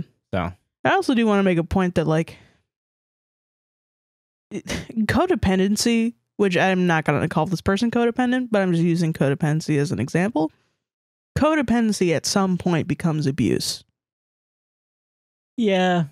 Being too enmeshed with somebody, even if codependency is a reaction to somebody being emotionally distant or something, and then you, like, you know, you're the anxious attachment style where you just try to, like, attach yourself to the other person and you're constantly like, I want to be with you, I want to be with you, I want to be with you, because you think that'll make your anxiousness go away of your relationship. Yeah. Sometimes that turns into abuse. Sometimes it doesn't necessarily mean that the person that isn't in love with the other person is an asshole, and the person that is in love isn't the asshole. That's not true all the time. Yeah. And I mean, it sounds like this is one of those situations. I'm not saying you're abused. No, I'm yeah, not saying that this person is being abusive, but I mean, literally, they are, like, crossing your boundaries. Yeah, there's the boundary being crossed of not being allowed to break up. Yeah. Yeah. Like, you have the autonomy to say, I don't want to be in this relationship anymore. I'm not in this relationship anymore. They can't trap you in a relationship. That's not something that can happen. And if they are doing that, that's really fucked up, and they're not a good person. They're not acting like a good person right now if they do that. Yeah, I agree 100%. Yeah, they're being a shitty person. You should change your mindset of, like, you shouldn't be calling yourself the asshole, because you're not. You're just somebody who fell out of love. And you're just somebody who found your sexuality and identity. Yeah, and now you're not able to. You don't want a romantic partner. You should be able to not have a romantic partner then. Yeah. So yeah, just break up. Fucking chop that relationship with an axe, you know what I mean? I don't know. People say, like, don't ever break up over text or whatever, but maybe break up over maybe text. It's one of those situations. Break up over text, yeah, because if they're in person, they're probably gonna manipulate you into staying. Not the asshole. Not the asshole. All right, okay. Yeah. Next story. This comes from Anonymous. She, her. Interesting. It's not. Yeah, it's pretty the most vanilla. No offense to you, listener, but I mean, come on, this is some white bread shit. Come on. At some point in a podcast, you just say stuff, and sometimes I put a mic in front of my face, and I just think I gotta say something, you know. Sometimes. This comes from a female, Sarah. Interesting. You get the Gordon Ramsay hands. Interesting. Interesting. It's not. It's not. This is gonna be the teaser for tomorrow. Thank you, Sarah. You're welcome. All right. So this is from I need a clean take. I'm gonna leave that in. I'm gonna be like, I gotta do it for TikTok. Shut up. We have fun here. We do have fun here. All right. So this is from Anonymous. She, her. Okay. Don't think about you saying interesting. No, stop it. Sorry. I'm just waiting for it now. Okay. All right. Okay. Right. All right. Do it again. Come on. Do it again. Come on. Need a clean one. No, let's go. Go. All right. Okay. So this is from Anonymous.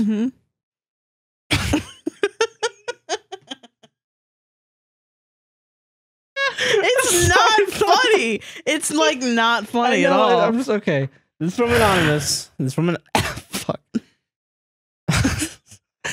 Okay, we can't look at each other, I guess. So this is from Anonymous. She, her.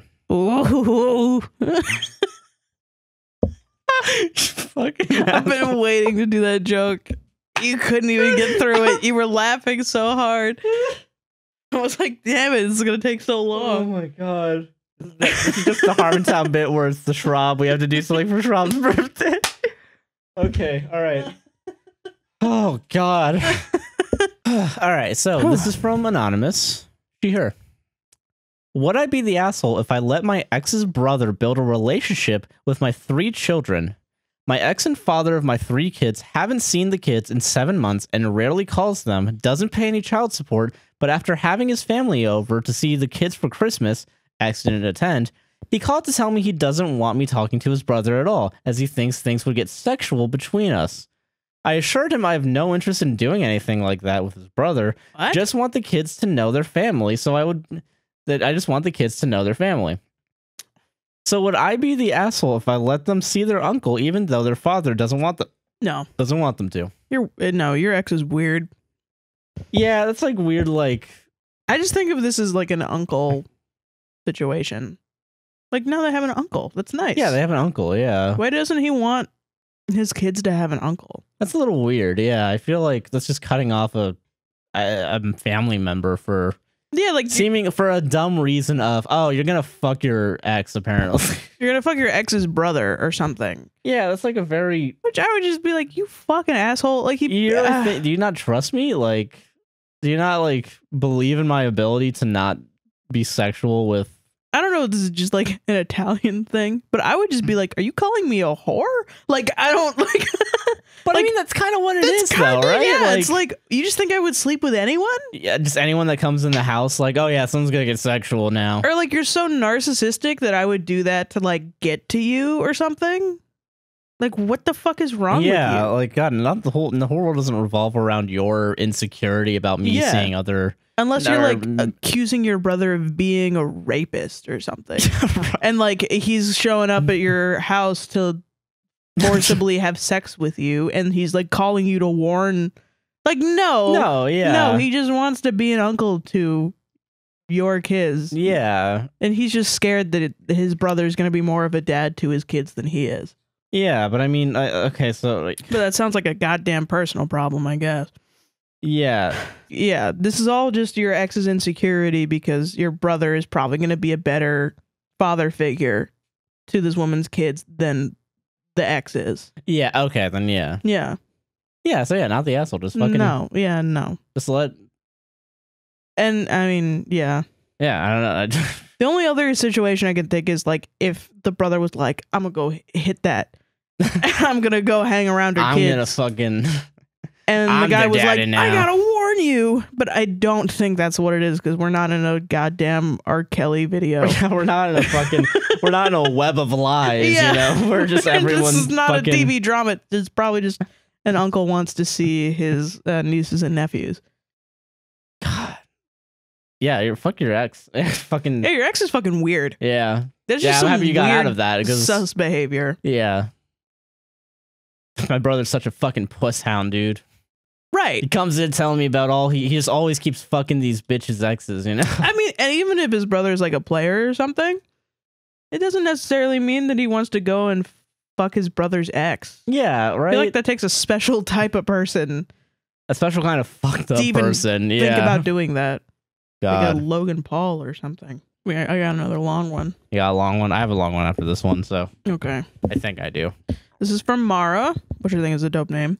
And she, they, and then they said, parentheses, under construction, which I think is a dope way to say that you don't know if you're there or not. Fair enough. That's actually, like, that's really fucking awesome. All right.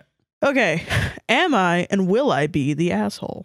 Ooh. I, 21 female, recently had a conversation with friend A, also 21 female, to work out a fight we had. And while she walked away feeling great, I still felt upset a few hours later.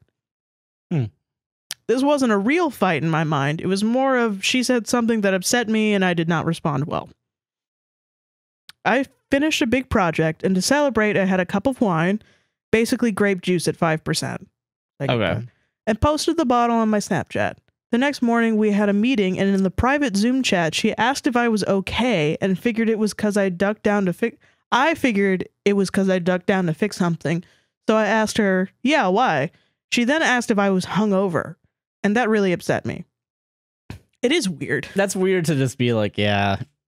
I mean, you just see somebody post one bottle of wine. And Did you drink that whole wine? Like, you know, it's just like strange. Do you take a photo of like the Publix aisle of all the wines and then you go over. It's like, did you drink that You entire? drink all of Publix? Oh, Publix, dude. You drink every Publix. Like, are you 5? Is that your object permanence of like? Yeah. Someone posts wine bottle and then it's not there anymore. It means she drank it all.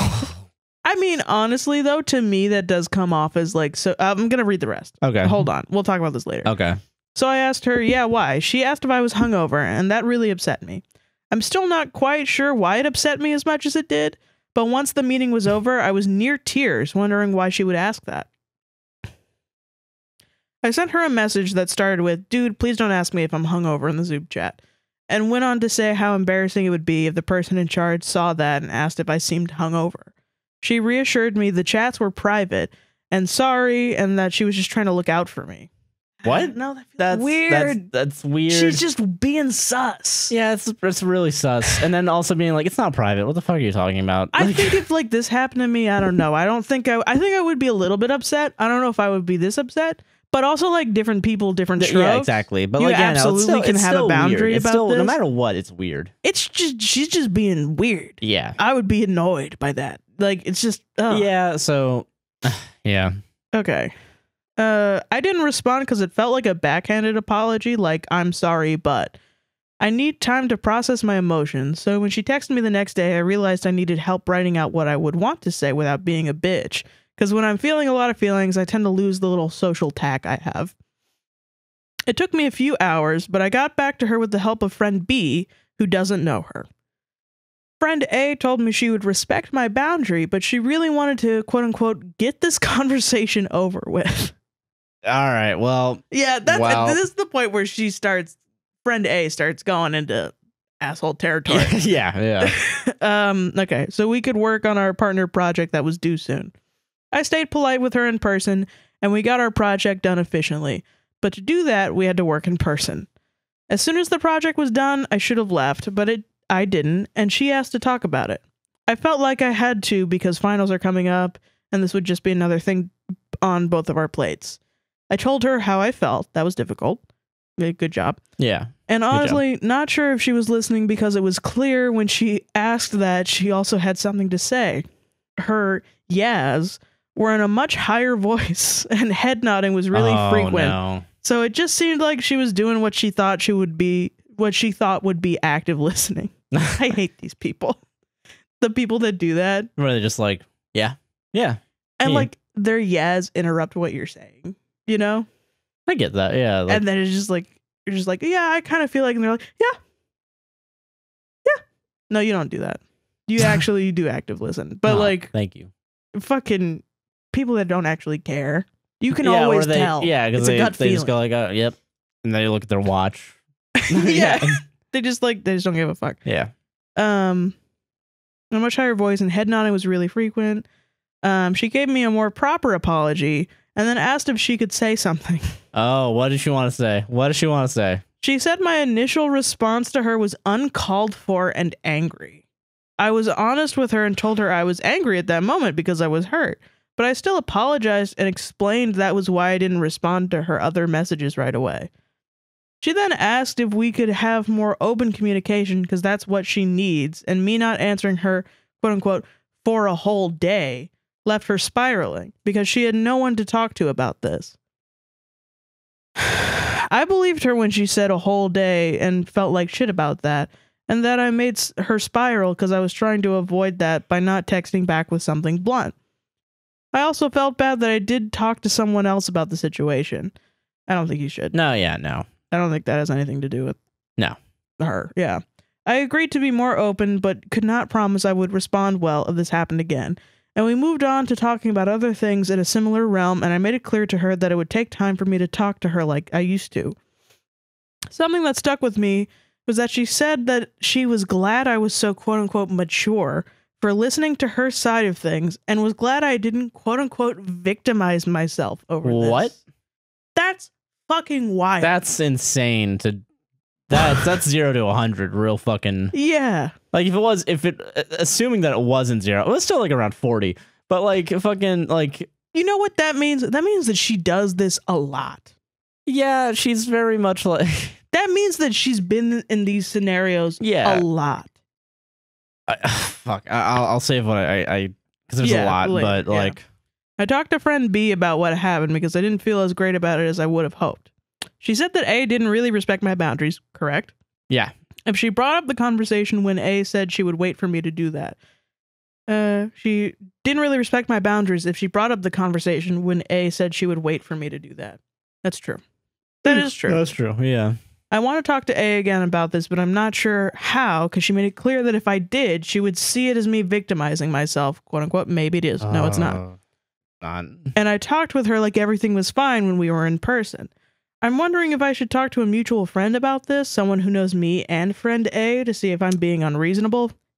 Well, we're gonna tell you you're not. Like, yeah, you're not unreasonable. No, but you know, yeah. If you want to, you can. But I mean, yeah, if you feel more comfortable, like knowing that. But yeah. And if A was in the right to bring up the conversation and about me victimizing myself, if I bring this up again. I'm questioning if I even want to be friends with A now, but we have another 2 years to graduate school to get through, and it's a super small cohort. I don't want to feel like this again, and A has expressed that friends have blown up on her like this before. Evidence. Yeah. I'm concerned that it's likely to happen again. It will. I've never been in this kind of situation before. Am I the asshole for not letting go of this situation and talking about the problem with a friend? Would I be an asshole if I tried to talk to a mutual friend about a fight with another friend? I'm sorry this is so long. I can see how I am the problem by being too sensitive. You are not. No, you're not the problem. You're not the asshole, and you're not overly sensitive. That's bullshit. Don't ever, please, don't. No one ever think. No one ever apologize think for being too sensitive. Yeah, no, you should never apologize for being oversensitive. Fuck. You're just having emotions, and the other person is mad that you have. Yeah, exactly. Yeah, like. Fuck. You're being a normal person. You're being a normal person. Being too sensitive, because I haven't let this go, even though we talked about it. I hope y'all have a wonderful new year, and we hope so too. Yeah, we have a good new year too.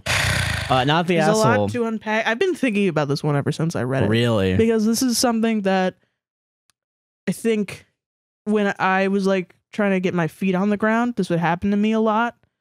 Where I would have a disagreement and I wouldn't really know why it affected me. You know? Because it's crazy. Because now I feel like I'm so more well equipped to go out into the world and deal with the just wacky ass bullshit that the world throws at you every day. But back when, you know, I was depressed and I wasn't on medication and I was overly anxious and I had social anxiety and all these other things, I was not. So then I would get like big emotions all the time and I didn't know how to deal with them. And I think that's what's happening. It's this person is being an asshole to you and you are giving them so much more credit than they deserve. Like you are absolutely like, yeah, I get, like, you know, to the point where you're turning around and telling yourself that you're victimizing yourself. And that you're telling yourself that you're too sensitive or too emotional about something that you're, I mean, because you're not, that's, yeah. You're not, you're just having emotions and you're being invalidated by this person who has dealt with this before because they literally... They probably do this all the time. Yeah, because they already have this notion, this preconception in their head that they're always the mature one and they're surprised when you're being mature. Yeah. Because then they just think of everyone else as like lower or as like a child. Yeah, they sound like a classic like over-intellectual asshole. Kinda, yeah. Where you know? they have a fucking, they have the pipe in one hand. They're like, oh, you're so fucking. They got the big chunky hipster glasses, and they're just like, I'm not like other girls, you know. Fucking, it sound like it. So I will say, the initial incident, it was weird. I don't think I personally, even though this does not matter, I personally would have been that upset by it, but you were. Yes, that's what matters. That's okay. Yeah, it's okay to be upset by it. Because and I don't even think your response was that mean. No, it wasn't. But I can see how somebody else might be like, whoa, because they're not used to somebody setting a boundary. Which that's weird if they're not used to. Yeah. If their response to a boundary is, oh, what the fuck, you know? This person's being wild. He's being wild. And yeah, like, and it's also, it's fucking, like, it's also weird. That like even like you doing the right thing of not responding because what you would have said would have been blunt and you were right to go to your friend. You were. That was a correct thing. And I don't know why they decided to. I mean, I think you're just dealing with somebody who just tried to manipulate you. Yeah, and now you're like a lot. Yeah, now you're fucking weirdly able to get enough, out over like a really small thing. Over a very small thing. And you're confused by it, and I think you should be, because it's strange. It's a strange and it's a small thing.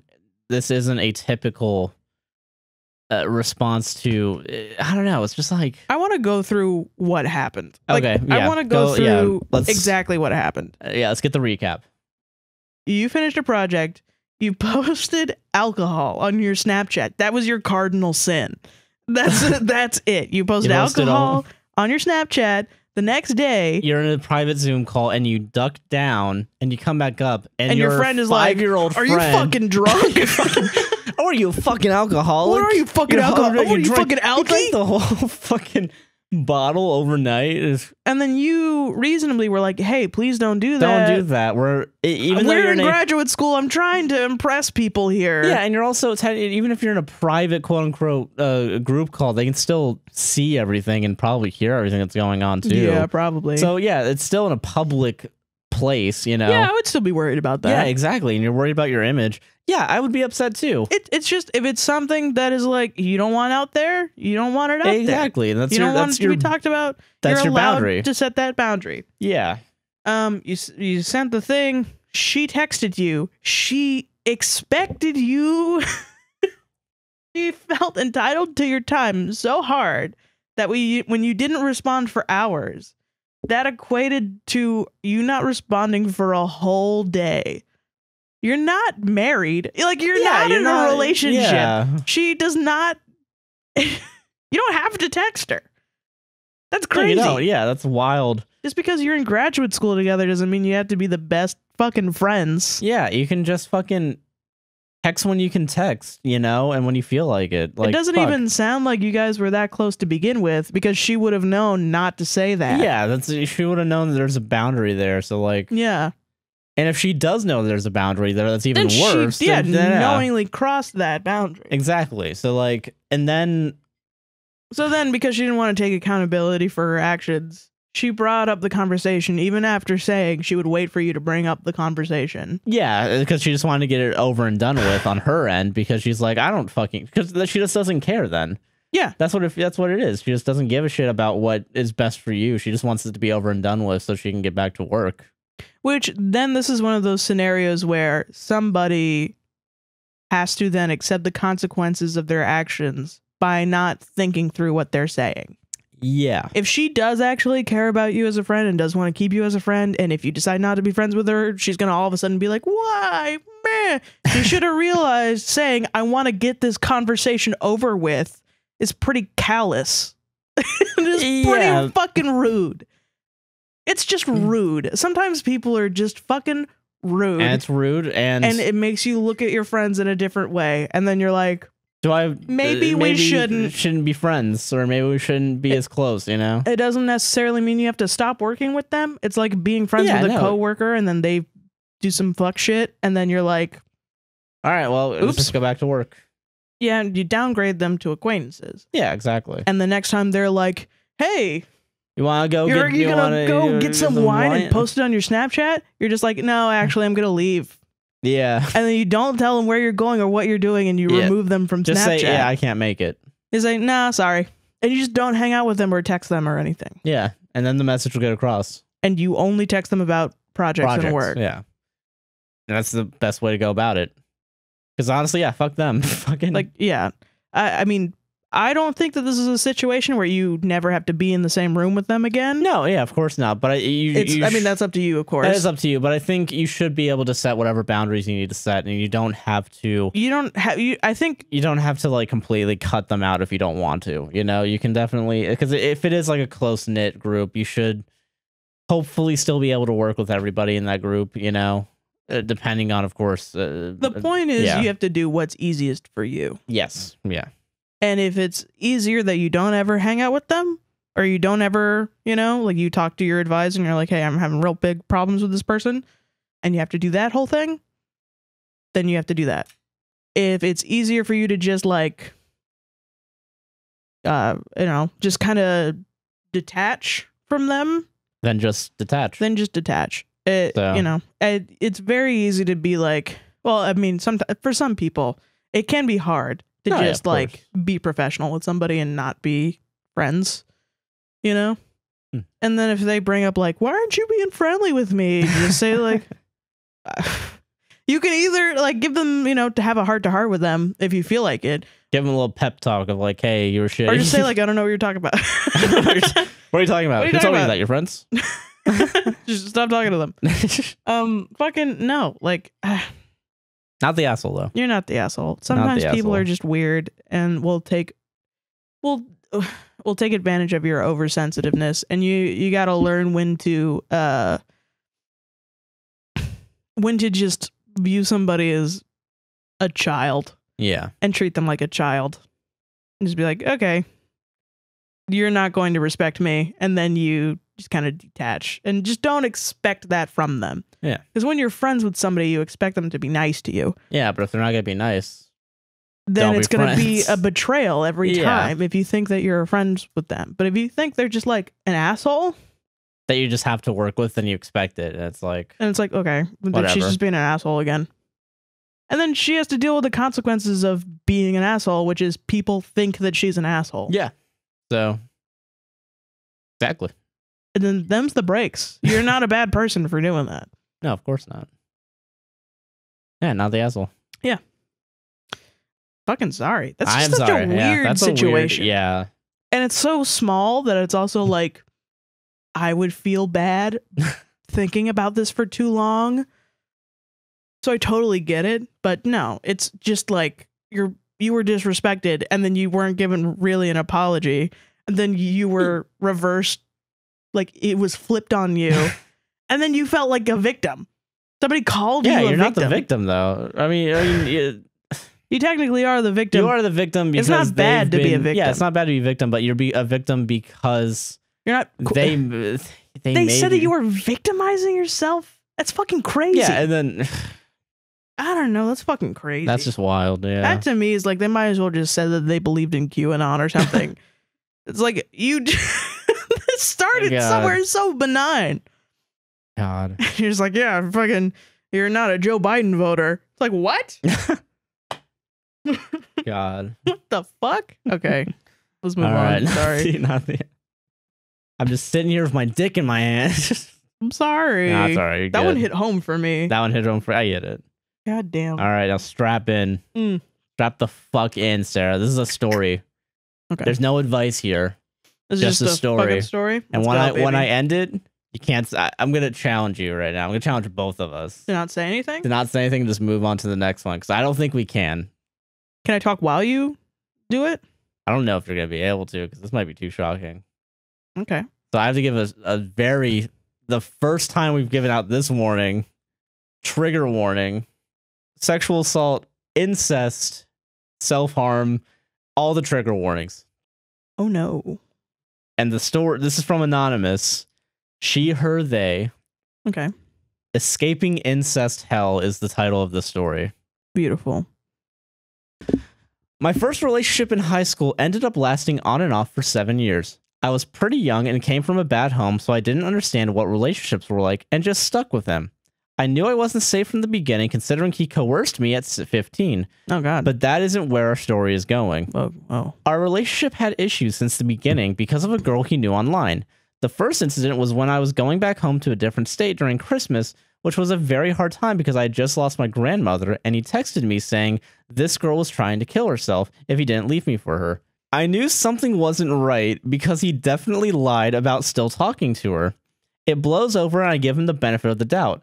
Months later, I had to use his phone to call a bank, and I saw thousands of text messages between them talking about love and sexting, you name it. Oh. I'm distraught, and this was our first talk because I knew myself well enough to always leave if I got cheated on. Okay. It gets bumpy the next 4 years, and we somewhat worked it out. Our first year together, I met his cousin. And I know what you're thinking. You can't be jealous of someone's cousin. They blatantly flirted in front of me. I'm a jealous bitch. I could do that. I for sure could do give that. You a challenge. Okay, yeah. I'm half of this podcast too. I can talk. Whatever. They blatantly flirted in front of me. He would let go of my hand and stand in front of me while she stood and twirled her hair, and she never addressed me. Something didn't feel right, but I got called crazy for it for years. I'm not stupid, and I definitely trusted my instinct. Keep her in mind. Let's call her V. Keep her in mind. We're going to call her V. I had a, quote, best friend, let's call her H, who knew of my past with him, knowing he was somewhat emotionally abusive and kind of controlling, and started to get friendly with him my senior year. Again, me being young and really stupid, thought this was a good thing because he used to hate her and nobody from my friend group liked him. So I was like, finally, no more arguments about my friends. So wait a minute. So her friend knew that he was emotionally abusive and then was like, let me get in on that. Yeah. What?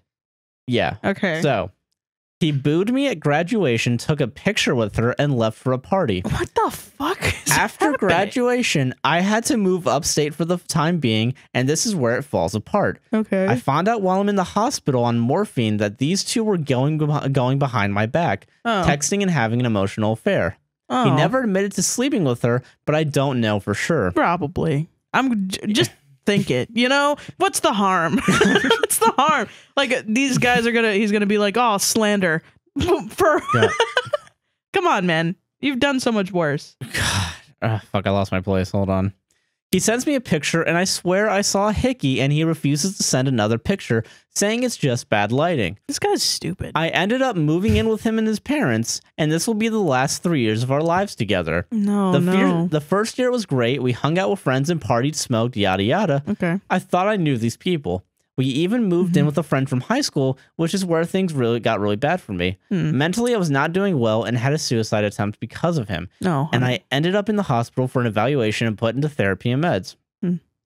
Shortly after we moved back in with his parents, my phone didn't work and he was hiding my therapy appointments, and because of this, I ended up missing doses on my antidepressants, and I was going through withdrawals from hell. It was horrible. Yeah, that fucking sucks. Due to all of this, I was having a hard time with work, and his mom got annoyed with my job history, parentheses, small town, I truly couldn't help it, and she always hated me, so this was just her way of finding a way to kick me out. These people suck. I won't get into the story of her because it's just as long as this, and I briefly skimming 7 years for y'all. I mean, if she created him, she probably sucks ass too. Yeah, she sucks ass. Anyway, the night after I left his best friend and girlfriend, we're talking, and he was like, do you want a good reason to leave him? And I was like, what are you talking about? And his girlfriend was like, don't. Oh, no. It's not any of our business. Parentheses, it may have not being their business, but they knew about this for 4 years. Are you fucking kidding me? It is your business. If you... Oh, okay, go ahead. Sorry. This is... My ex slept with his cousin V while it was upstate. Not only did they know, but the entire fucking friend group knew while I was upstate, hung out with these nasty ass people, and V would hang out, and apparently she was over every damn day, sat in his lap, and was just overall disgusting, acting like they were dating. No. People I hung out with and partied with knew and hid this and lied to me about this for 40 years. This was my very, very rude awakening that my boyfriend's friends are not my friends. Yeah. His best friend tried to tell me to not tell him, and I held off for 3 days, and I blew up and confronted him, and I was like, you're just as disgusting as your cousin. His cousin slept with another cousin. What? And he denies, and then he finally comes forth and admits it. Me being absolutely disgusted was like, I'm done. Yeah. We met one last night, and I just screamed at him for like an hour. Yeah. And I finally let 7 years just come out and cursed him out like the damn dirty mutt that he is. Yeah. And I am not sorry for it. You should not. Good. Oh, yeah, you should not be. No, of course not. Fucking. Oh, okay. Real quick, because I'm not going to say anything at the end of this. Okay. No, fuck that. I am going to say shit at the end of this. I will say some shit. Fucking. People are going to try to make it out to be like, what a clown. She should have known, blah, blah, blah, because he cheated on her. Dude, everyone else is the clown. Yeah, everyone else is the clown, dude. She's the only one who has not slept with her fucking cousin. Honestly, yeah. She's fine. She's fine. Yeah, this person's fine. Everyone who committed incest is bad, believe it or not. Comments of this TikTok oh, why she cheated? Oh, fuck, he cheated and then she moved in with him? Fucking dummy. She deserves No, she fucking doesn't. He slept with his cousin. He literally slept with his cousin, and his cousin slept with other cousins, and his friends were just cool with it. I want you guys to know in the little TikTok comments down there, if you decide to say... But do you think this could be a TikTok? It's going to get fucking taken down. Yeah, of course it would be. It's but like YouTube comments. And the YouTube comments who understand what I'm saying. If the comments of people saying, oh, she's a dummy because he cheated on her and blah, blah, blah, know that you're defending a literal... fucking incest. A little cousin fucker, dude. A cousin fucker, bro. That's who you're defending. That's whose side you're taking on. You're defending a fucking cousin fucker. Dumbass. God. We're not even done yet, Sarah. Go ahead. I'm sorry. I even cussed out his incest cousin for trying to run my name through the mud like him, his whole family, the cousins. I don't give a damn. I said what I said. I never reached out to him ever again, but to send his mom and his grandma flowers when his uncle died. I didn't have to, and that was the last time I cried over that sorry motherfucker. Nobody cared that I was going through this. Like, I never got the closure I needed because it was old news to them. So it was like it over and done while I was processing everything. That sucks. I ended up I ended up homeless because of this and just went through hell to pick myself up, and I haven't looked back, and I'm doing great now. It's good. About 4 months ago, he tried reaching out, and he sent me screenshots saying good times about the things I said to his cousin. And days later, he was like, "I was toxic. I don't know what I was doing. I was in a silly, goofy mood. Hope you're doing well. Bless up." Whatever the fuck that means. What she said? Whatever he said. Yeah. He really said that? I'm guessing. Yeah. That's silly as fuck. Yeah.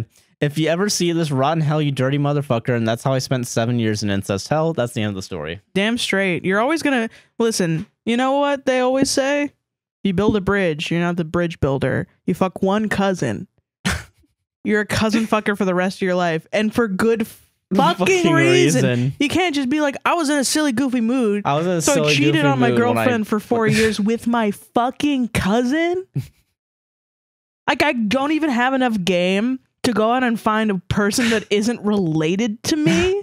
You know, next year on Spotify Rap, there's going to be like, it's a silly, goofy mood when you have incest. This year's Spotify playlist was brought to you by when you fuck your cousin. You really understood the assignment. When you fucked your cousin. I am sorry that you had to go through this. No, you should have never. I'm happy that you're doing better now. Literally every single person in this scenario was trash except for you. And holy fuck. Holy shit. Dude, can we talk about... I was joking about not saying anything. But like fucking... Can we talk about how your friend was like, hey, you want to know something about your boyfriend? Like it's like a fucking it's like a cheat code to a game. Some fucking shit. Hey, do you know in Grand Theft Auto when you hit the phone numbers right, you get a free car? and also you're fucking his cousin, dude. And we're cool with it. We think it's an epic victory royale. We've all just been so cool with it for 4 years. Hey, do you want to just things that have been cool in the past 4 years? Your boyfriend, Avengers Endgame. Your boyfriend fucking his own goddamn cousin. Fucking his cousin. Beijing 2022. All three of these things are what we call epic and awesome. So wait, so does that mean that your best friend was like, oh, he's a cousin fucker. He's a cousin fucker. Let me go emotionally cheat with him. Let me go do that. I want to get close to that guy. He fucks his fucking cousin. I want to know what's up. Yo, if it's good enough for his cousin, it's good enough for me. So, I mean, the only solace that this has is that you know forever that this man is going to be sitting around with some stupid fucking friends. Any new friends this man has, he's going to eventually be like, because he's this fucking stupid, this fucking brain dead, he's going to be like, I mean, we've all fucked our cousin a little bit, right? And then everybody's going to be like, am I what? Right? Up top, brothers. Yeah, I also fucked my cousin. That's the response that he expects. No, he's going to get like shamed because it's fucking ridiculous. Let's say for the sake of argument, I was just in a silly, goofy mood and I fucked my cousin. I just fucked my cousin. Listen. Did you also learn the banjo? Like, what the fuck is wrong with you? Things you do after you fuck your cousin. You learn the banjo, you get some moonshine, and you play out on the porch. Just like send him Benny Hill music. Every single time he tries to talk to you, just be like, send Curb Your Enthusiasm music. Just fucking fucking like,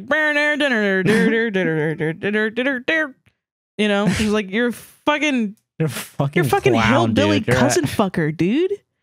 What is wrong with you? Fucking British prime ministers have had to step down because he fucked a pig. And your cousin's just allowed to have friends that are like cool with him fucking his cousin. That's so, if that isn't white privilege, it's a goddamn privilege. I don't know what is. Holy fuck, man. Oh. God. We solved incest. Up top. High five. High five. High five, bro. I mean, yeah, at least you know that, like, he's a fucking dumbass cousin fucker piece of shit, and you're never going to be in the wrong in that. Queen who went through adversity. Like, unironically, yeah, you are not the asshole. No. You didn't even ask. You but didn't you're even not ask, the but asshole. you're not. We're here to validate We're here you. to validate this person. Holy what shit. What a damn story. Beautiful. Okay. We're gonna hit 3 hours of recording. This is the last one. For you. Okay. Anonymous, she, her, hers. Hello, guys. Am I the asshole? This one, I have no idea where it's gonna go. Okay. Just this is a fucking. You're reading it first time. No, I know where it goes, but I'm like, I don't really have a formulated opinion on it. All right. Let's go. Let's go. Okay. Hello, guys. Am I the asshole for denying a second chance to a guy that disappeared after his mom's death? All right. Did he fuck his cousin? Oh no. Oh no. Oh no. Oh no. Okay, all right, okay. I'm 20 years old, and in this past summer, 2021, I matched with a guy 21 years old on Tinder. Okay. From the beginning till the quote-unquote end, he was super caring, sometimes even too much, aka love bombing.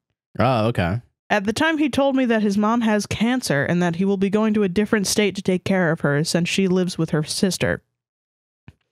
So for 2 months, we talked, and he was always very vocal that he wanted to meet, wanted to take me places, was always super caring, etc. However, his mom dies, but he didn't seem to be that surprised. Mm. I always told him that if he needed space and time, I would understand completely. After 3 more weeks apart, he finally goes back to the same state that I live in, and we are planning to finally meet. He was still very enthusiastic with meeting me. I just really want to... I feel like an asshole for pointing out, like, spelling mistakes, but this one was really funny to me. She wrote enthusiasmatic. I just think that sounds like a cool word. Enthusiasmatic. On the day of the actual date, he does not send me any messages, does not reply, nothing. I call him 3 times, he always hangs up. He once replied asking who was calling him. I thought it was weird, but understandable because we only talked through Snapchat.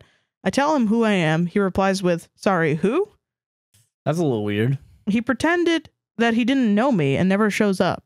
5 months later, we match again on Tinder, and he tells me that he has been looking for me. He says that he was messed up because of the death of his mom and wants a second chance. I confronted him on the weird things that happened, and his replies are always about some crazy things that happened to him. He says that he got addicted to alcohol, that he was really messed up. I deny the second chance, but I feel that we should talk in person. That's the whole thing.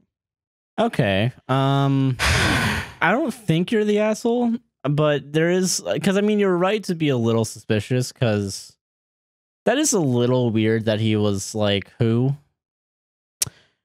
But assuming that he's not lying about, because I know it's traumatic to lose a family member, you know? Well, like, especially your parent. Yeah. That's like doubly as traumatic. It's like, for some people, it's like almost the first big deal, especially if they lose it early on in life. Like, and I can totally see him getting into like drugs and alcohol and not knowing where he is and then getting a call from you. It was still irresponsible. He probably shouldn't have been trying to date you. Yeah, but I mean, but you're also valid to have your opinions. And you're valid to like and your feelings. You're valid to also set up a boundary. He fucking ghosted you. Yeah, he ghosted you. That sucks. But I also get like, because it feels, caring and nice, like. Yeah. And I don't know. It's I think you are right, and like it can go either way. I still you should meet him in person. I think so too. I think that's at least worth a shot. Yeah, and then if you get any weird vibes, you can just say no, and it's just because of the vibes. It's not because of the death of his mom or anything. That's just it. So, I mean, like shit happens, like, and like I think you're 100% right in the sense that like he probably was in a really bad spot. Yeah, he probably shouldn't have been trying to date too, but I don't know. I think it's probably. I mean, probably now even is probably not that great for him to date. Yeah, depending on where he is on trying to get back on his feet emotionally. Trying to go on a date 3 weeks after your mom dies is not easy at all. And it probably was just that he was feeling so much grief that he got into alcohol and drugs and didn't know fucking where he was at all. Yeah. So I don't think it should be, I think the vibe comes off of this post as being kind of overly suspicious. Yeah. A little bit to me. I'm somebody who also lost their parent very early on in life. I lost my dad when I was 19. So like grief is weird because when somebody has grief, it literally it translates to everybody. When you say my dad died, everybody shuts the fuck up. When you say my mom died, my mom has cancer and she's dying, nobody is like able to take that and be like, okay, back to work, But that is the answer to a person that's going through grief is like, I'm really sorry, but not like they're crying for your dying mom or fucking being like, I don't care. But people don't know how to respond, and then that makes them irritated that they don't know how to respond. So then the person going through grief deals with all these people that are like looking at them like they're an asshole because their mom is dying. And it's not just, I mean, I'm not saying that you're doing that. I'm saying that probably everyone else in his life is like that. Oh, yeah. I think, yeah. Because nobody really knows how to help somebody going through that intense amount of grief, which, I mean, it sucks. And then it leads to people going through dark paths, So yeah, I would probably just meet in person and like talk to him about it and tell him why you feel like it was kind of weird and why you're a little sus. And I mean, let him tell you about it and then trust your gut. That's pretty much it. But don't beat yourself up if you decide to say no, because it's still your choice to make at the end of the day. Yeah. So like, you're not. I don't think you're an asshole per se. I do think you should still, give it a shot, see what happens, and if the vibes are off, it's because the vibes are off. It's not because. So because he could also be an asshole who lost his mom. Yeah, exactly. You know. So, but I mean, I get the over suspicion because it has been a year, but like, but a year is also not enough. Like that feels like it just happened to him. I'm sure. So. Yeah. Damn. Yeah. I don't know. I really don't know. Shit. Yeah. But I think you're right on that. But and also like you have to evaluate what you want in a partner. As harsh as this sounds, it really does sound like he is the type of person that is going through immense hardships, but is still putting him like other people putting too much on his plate. Yeah. Because I mean, if you're trying to handle the grief and then go back to your normal life and also try to date, 3 weeks after your mom passed, like you should be not doing anything. Yeah. So. Interesting. Yeah. Damn, I don't know. Yeah, I mean, after a loss like that, just the fact of everything going back to normal is traumatic. Just the sun coming up the next day is fucking traumatic because you're like, what the fuck? Does this person not matter to the sun? It's like, what the, like, you have these crazy thoughts where you're just like, what the hell? Why is nobody upset about that? Why am I the only person upset? You can't try to start a new relationship when you're thinking things like that. Yeah. I don't know. I would just say, like, maybe, just go in person. Go in person and then see how the vibes are. The vibes are not going to, like, you know. If vibes don't match up, then fucking. Over text. They're not going to be there. Yeah. Yeah. So. I don't think you're an asshole for not wanting to do it. Because, I mean, everybody has their opinion. Everyone has their reason. Yeah. So. Damn. All right. Last one. Yeah. Damn. We solved Tinder. We solved grief. And break. Okay, so. We've done a lot this episode. We've saved so much. We gotta do 10 stories every day. Judaism. Incest. Grief. Cousin fucking. Well, yeah, incest. I think it should be counted twice. It was a while. So, this is from Anonymous. She, her. Last one, baby. Hell yeah, dog. So, me and my boyfriend have been together for 4 years. During our relationship, I caught him messaging other girls a couple of times. This past week, 12/26/21, I had a dream of him cheating. He never allows me to see his phone, and I don't know how to find out if this was true or not. God. My coworker, who has had the same experience, told me that she used to make a fake account to see if her ex-baby daddy would cheat, and that's how she caught him. With her help, I made a fake Snapchat, and she would assist me in making conversations and flirting. In this conversation, she said he was single for over a year, and he would be willing to meet her after New Year's. Are you fucking kidding me?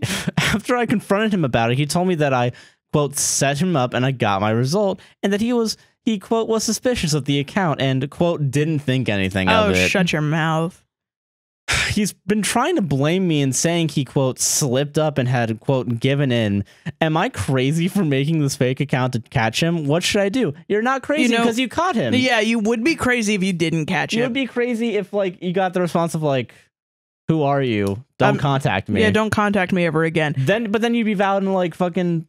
You'd be like, okay, maybe I'm just being a crazy person right now. But no, he literally was like, literally was like, I've not had a relationship in a year. I don't... This bitch, I don't know her. Fucking... That was fucking my sister. Whatever.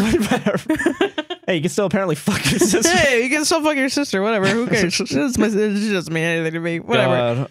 So yeah, he's a goddamn cheater. He's a cheater. Idiot. Yeah. The fuck? Fucking I love these. Bounce. There are so many of these on TikTok of girls that just run businesses where they make accounts and DM people's boyfriends, and they're so funny.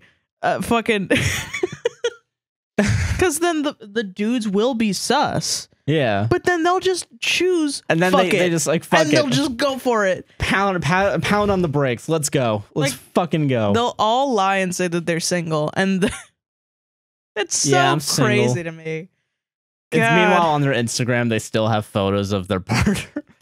Like from yesterday. And then they're like, no, that's just my sister. It's fine. So don't worry. Don't shut up. Like, this is what Chris Hansen should be doing. Honestly, instead of ruining pedophile cases. He does. Yeah, he does ruin pedophiles because setting them up ruins the case. He should be just finding cheaters. Exactly. Yeah. That's what he should be doing. I get that. Yeah. I remember Chris Hansen being like, I posed as 21-year-old Stacy from California visiting Ohio for the week. Who's a party girl and she's loves a party girl. Boys and loves slobbing on knobs. Chris Hansen saying that would be so fucking classic. But no, he just has to let pedophiles run free. From Ohio to a run for his money because his girlfriend knows he's up to no good. John is married and has been for 15 years and is about ready to throw it all away. Throw it all away for some sweet young puss that he met on Instagram. Men are so stupid. Men are pretty stupid, honestly. NGL. Dudes. Oh my God. And I know that you wouldn't respond to any of these. Cue a bunch of girls trying to DM Josh to try to... Well, actually, this is interesting because remember that one time when we had we had a scammer that took someone's like OnlyFans pictures to try and get them to like I assume sign up for like a thing, and I told you about it. Like you were like immediately like, this girl texted me. Hey, you want to hear this? What I think is a scam call? And I was like, message her. Fellas, you show her one, but then you keep all the other secret. Oh God. The only people that message me on Instagram are fucking film wannabes that get jealous when I get when our podcast gets promoted by celebrities. Oh, it's funny. True. Yeah. They don't listen to the podcast. I can say whatever I want about them. Can't wait for the film nerds to be like, subscribe to my OnlyFans. Please. Please, dear God, Josh. They're gonna be in our comment section. You're my friend. I need you to subscribe to my OnlyFans. Send OnlyFans accounts to a podcast. Will save it. Male and female accepted. Yes, please. Sarah wants both. I do. Someone pay for Meg Turney's OnlyFans for Sarah. Please, dear God, she's so hot.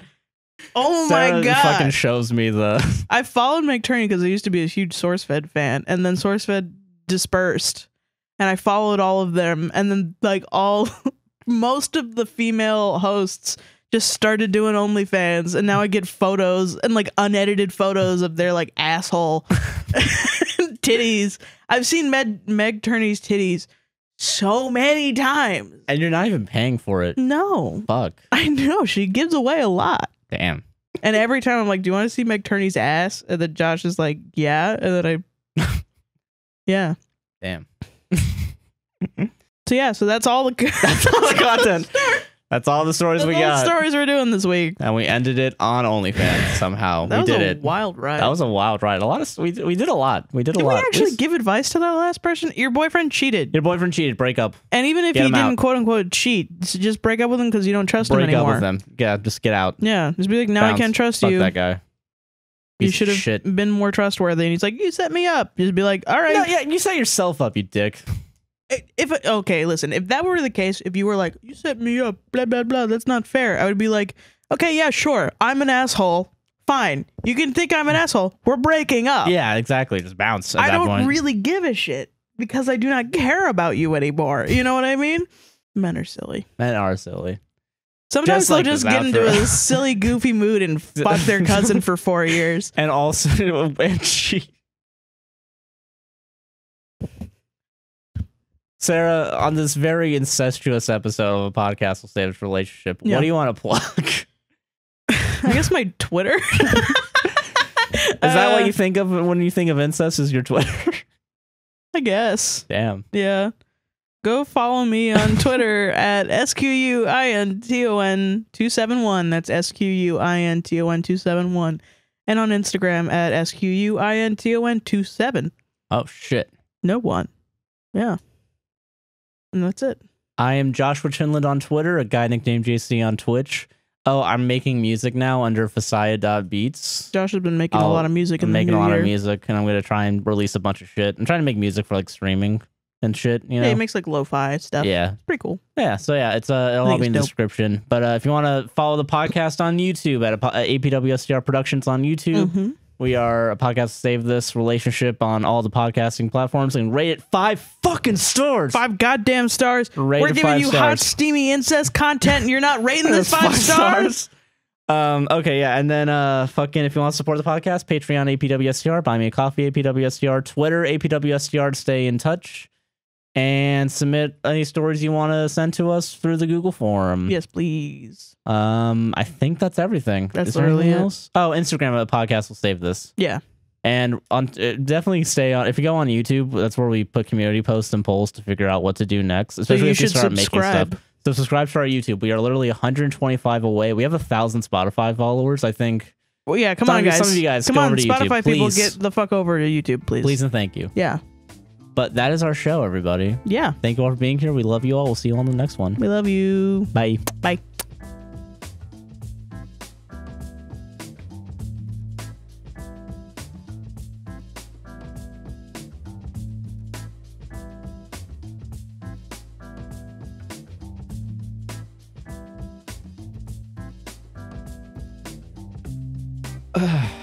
All right, drop a beat.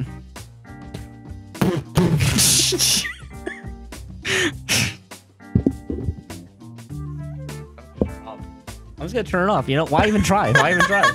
What? I've never beatboxed in the 3 years that you've known me, and then you're just like, can't spring that on a person. I trusted you to know. I trusted you. No.